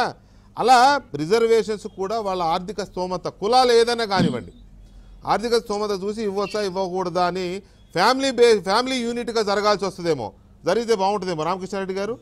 క్యాస్ట్ యూనిట్ గానో ఒక స్టేట్ యూనిట్ గానో కాకుండా ఫ్యామిలీ యూనిట్గా అలా చేస్తే బాగుంటుంది. ఇప్పుడు మిత్రులు చెప్పినట్టు ఆర్టికల్ 14 అనేది ఎఫెక్ట్ అవుతుందా రిజర్వేషన్? ఈక్వాలిటీ కాదు. 1963లో బాలాజీ కేసు అనేటువంటిది గజేంద్ర రెడ్కర్ నాడు కాన్స్టిట్యూషన్ బెంచ్ ఈ ఆర్టికల్ 14 అనే విషయం ఎగ్జాస్టివ్గా డిస్కస్ చేసి అప్పుడు వాళ్ళు ఏమన్నారంటే 50% ఇస్ ఒక బౌండరీ అని చెప్పిన Lakshmana rekha reservations at any cost should not exceed 50%. ఆ జడ్జ్మెంట్ సబ్సీక్వెంట్ జడ్జ్మెంట్స్ అన్నీ అప్రూవ్ చేసిన ఆ 6 ఇంక్లూడింగ్ ఇందిరాసా అని. ఇప్పుడు కూడా సుప్రీంకోర్టు ఏదో అబ్జర్వేషన్ చేసింది, రేపు ఏదవుతుంది ముకుల్ రోహతగి గారు ఏదో ఆర్గ్యూ చేసిందని ఇప్పుడు అంటున్నారు కదా. ఇప్పటి పరిస్థితుల్లో సుప్రీంకోర్టు రేపు 9 జడ్జి బెంచ్ కానీ 11 జడ్జి బెంచ్ కానీ ఈ 50% అనేది క్రాస్ దాటకూడదని అనేటువంటిది అదే కంటిన్యూగా నిలబడి 10% అది అక్కడ కూడా దాటకూడదు. 50% సుప్రీంకోర్టు ఇందిరాసాని కేసులో ఈ ఎక్సెప్షనల్ సర్కమ్స్టెన్సెస్ దాటొచ్చున్నారు. ఇప్పుడు వచ్చే సుప్రీంకోర్టు ఆ విధంగా చెప్పదు. 50% అది క్రాస్. రెండవది మోడీ గవర్నమెంట్ ఏం చేసిందంటే అపార్ట్ ఫ్రమ్ ద రిమైనింగ్ 50%లో ఎత్తుతున్నదో economic backward class 10% out of that 50% నాటి ఆ 10% కనుక ఈ పరిస్థితిలో that 50% in addition to that 10% in EBS now already 60% ఉంది. అవును, మెరిటోరియస్ మ్యాన్ పార్లమెంటే చేసింది, constitution amendment. Meritorious person is only has to fight with in the remaining 40%. కనుక నేను అనేది రేపు వచ్చే కాన్స్టిట్యూషన్ బెంచ్ కూడా ఇప్పుడు మోడీ గారు చేసిన దానిలో ఒక సెంట్రల్ ప్రభుత్వం ఏ విధంగా చేస్తుందో తెలియదు, కానీ ఏదైతే రాష్ట్ర ప్రభుత్వాలు ఇష్టం వచ్చినట్టు రిజర్వేషన్స్ ఇంప్లిమెంట్ చేయకుండా 342A కింద పవర్ సెంట్రల్ గవర్నమెంట్ తీసుకున్న కనుక దానికి ఒక జస్టిఫికేషన్ అయితే ఉండొచ్చు. ఫర్దర్ రిజర్వేషన్లో ఉండాలి కూడా ఉండొచ్చు. రాష్ట్ర ప్రభుత్వాలు విచ్ఛిన్నంగా వాళ్ళు ఇష్టం వచ్చినట్టు చేయడం లేదు. Right. ఇంకొక కారణం ఏంటంటే Right, sir. ఇంకొక కారణం ఏంటంటే ఇక వచ్చే బెంచ్లన్నీ 50% మించాలనేటువంటి ఎలాంటి అబ్జర్వేషన్ చేయు. ఆల్రెడీ 60% ఉంది కదా. యా రైట్ రామకృష్ణ రెడ్డి గారు, thank you very much. Ramakrishna Reddy గారు, శ్రవణ్ కుమార్ గారు, రఘునందన్ గారు అండ్ దయాకర్ గారు, థ్యాంక్ యూ వెరీ మచ్ చర్చలో పాల్గొన్నందుకు. ఇది ఇవాల్టి డిబేట్. ఇక ఆంధ్రప్రదేశ్లో జరుగుతున్న తాజా రాజకీయ పరిణామాలు, తాజాగా మనం చూసిన ఇటీవల ముగిసిన ఎన్నికలు, మున్సిపల్ ఎన్నికలు కానీ అంతకు ముందుటి గ్రామ పంచాయతీ ఎన్నికలు కానీ అవి జరిగిన తీరు, ప్రభుత్వ పోకడలు, వీటన్నిటిని విశ్లేషిస్తున్న వీకెండ్ కామెంట్ బై ఆర్కే ప్రసారం అవుతుంది. Please watch.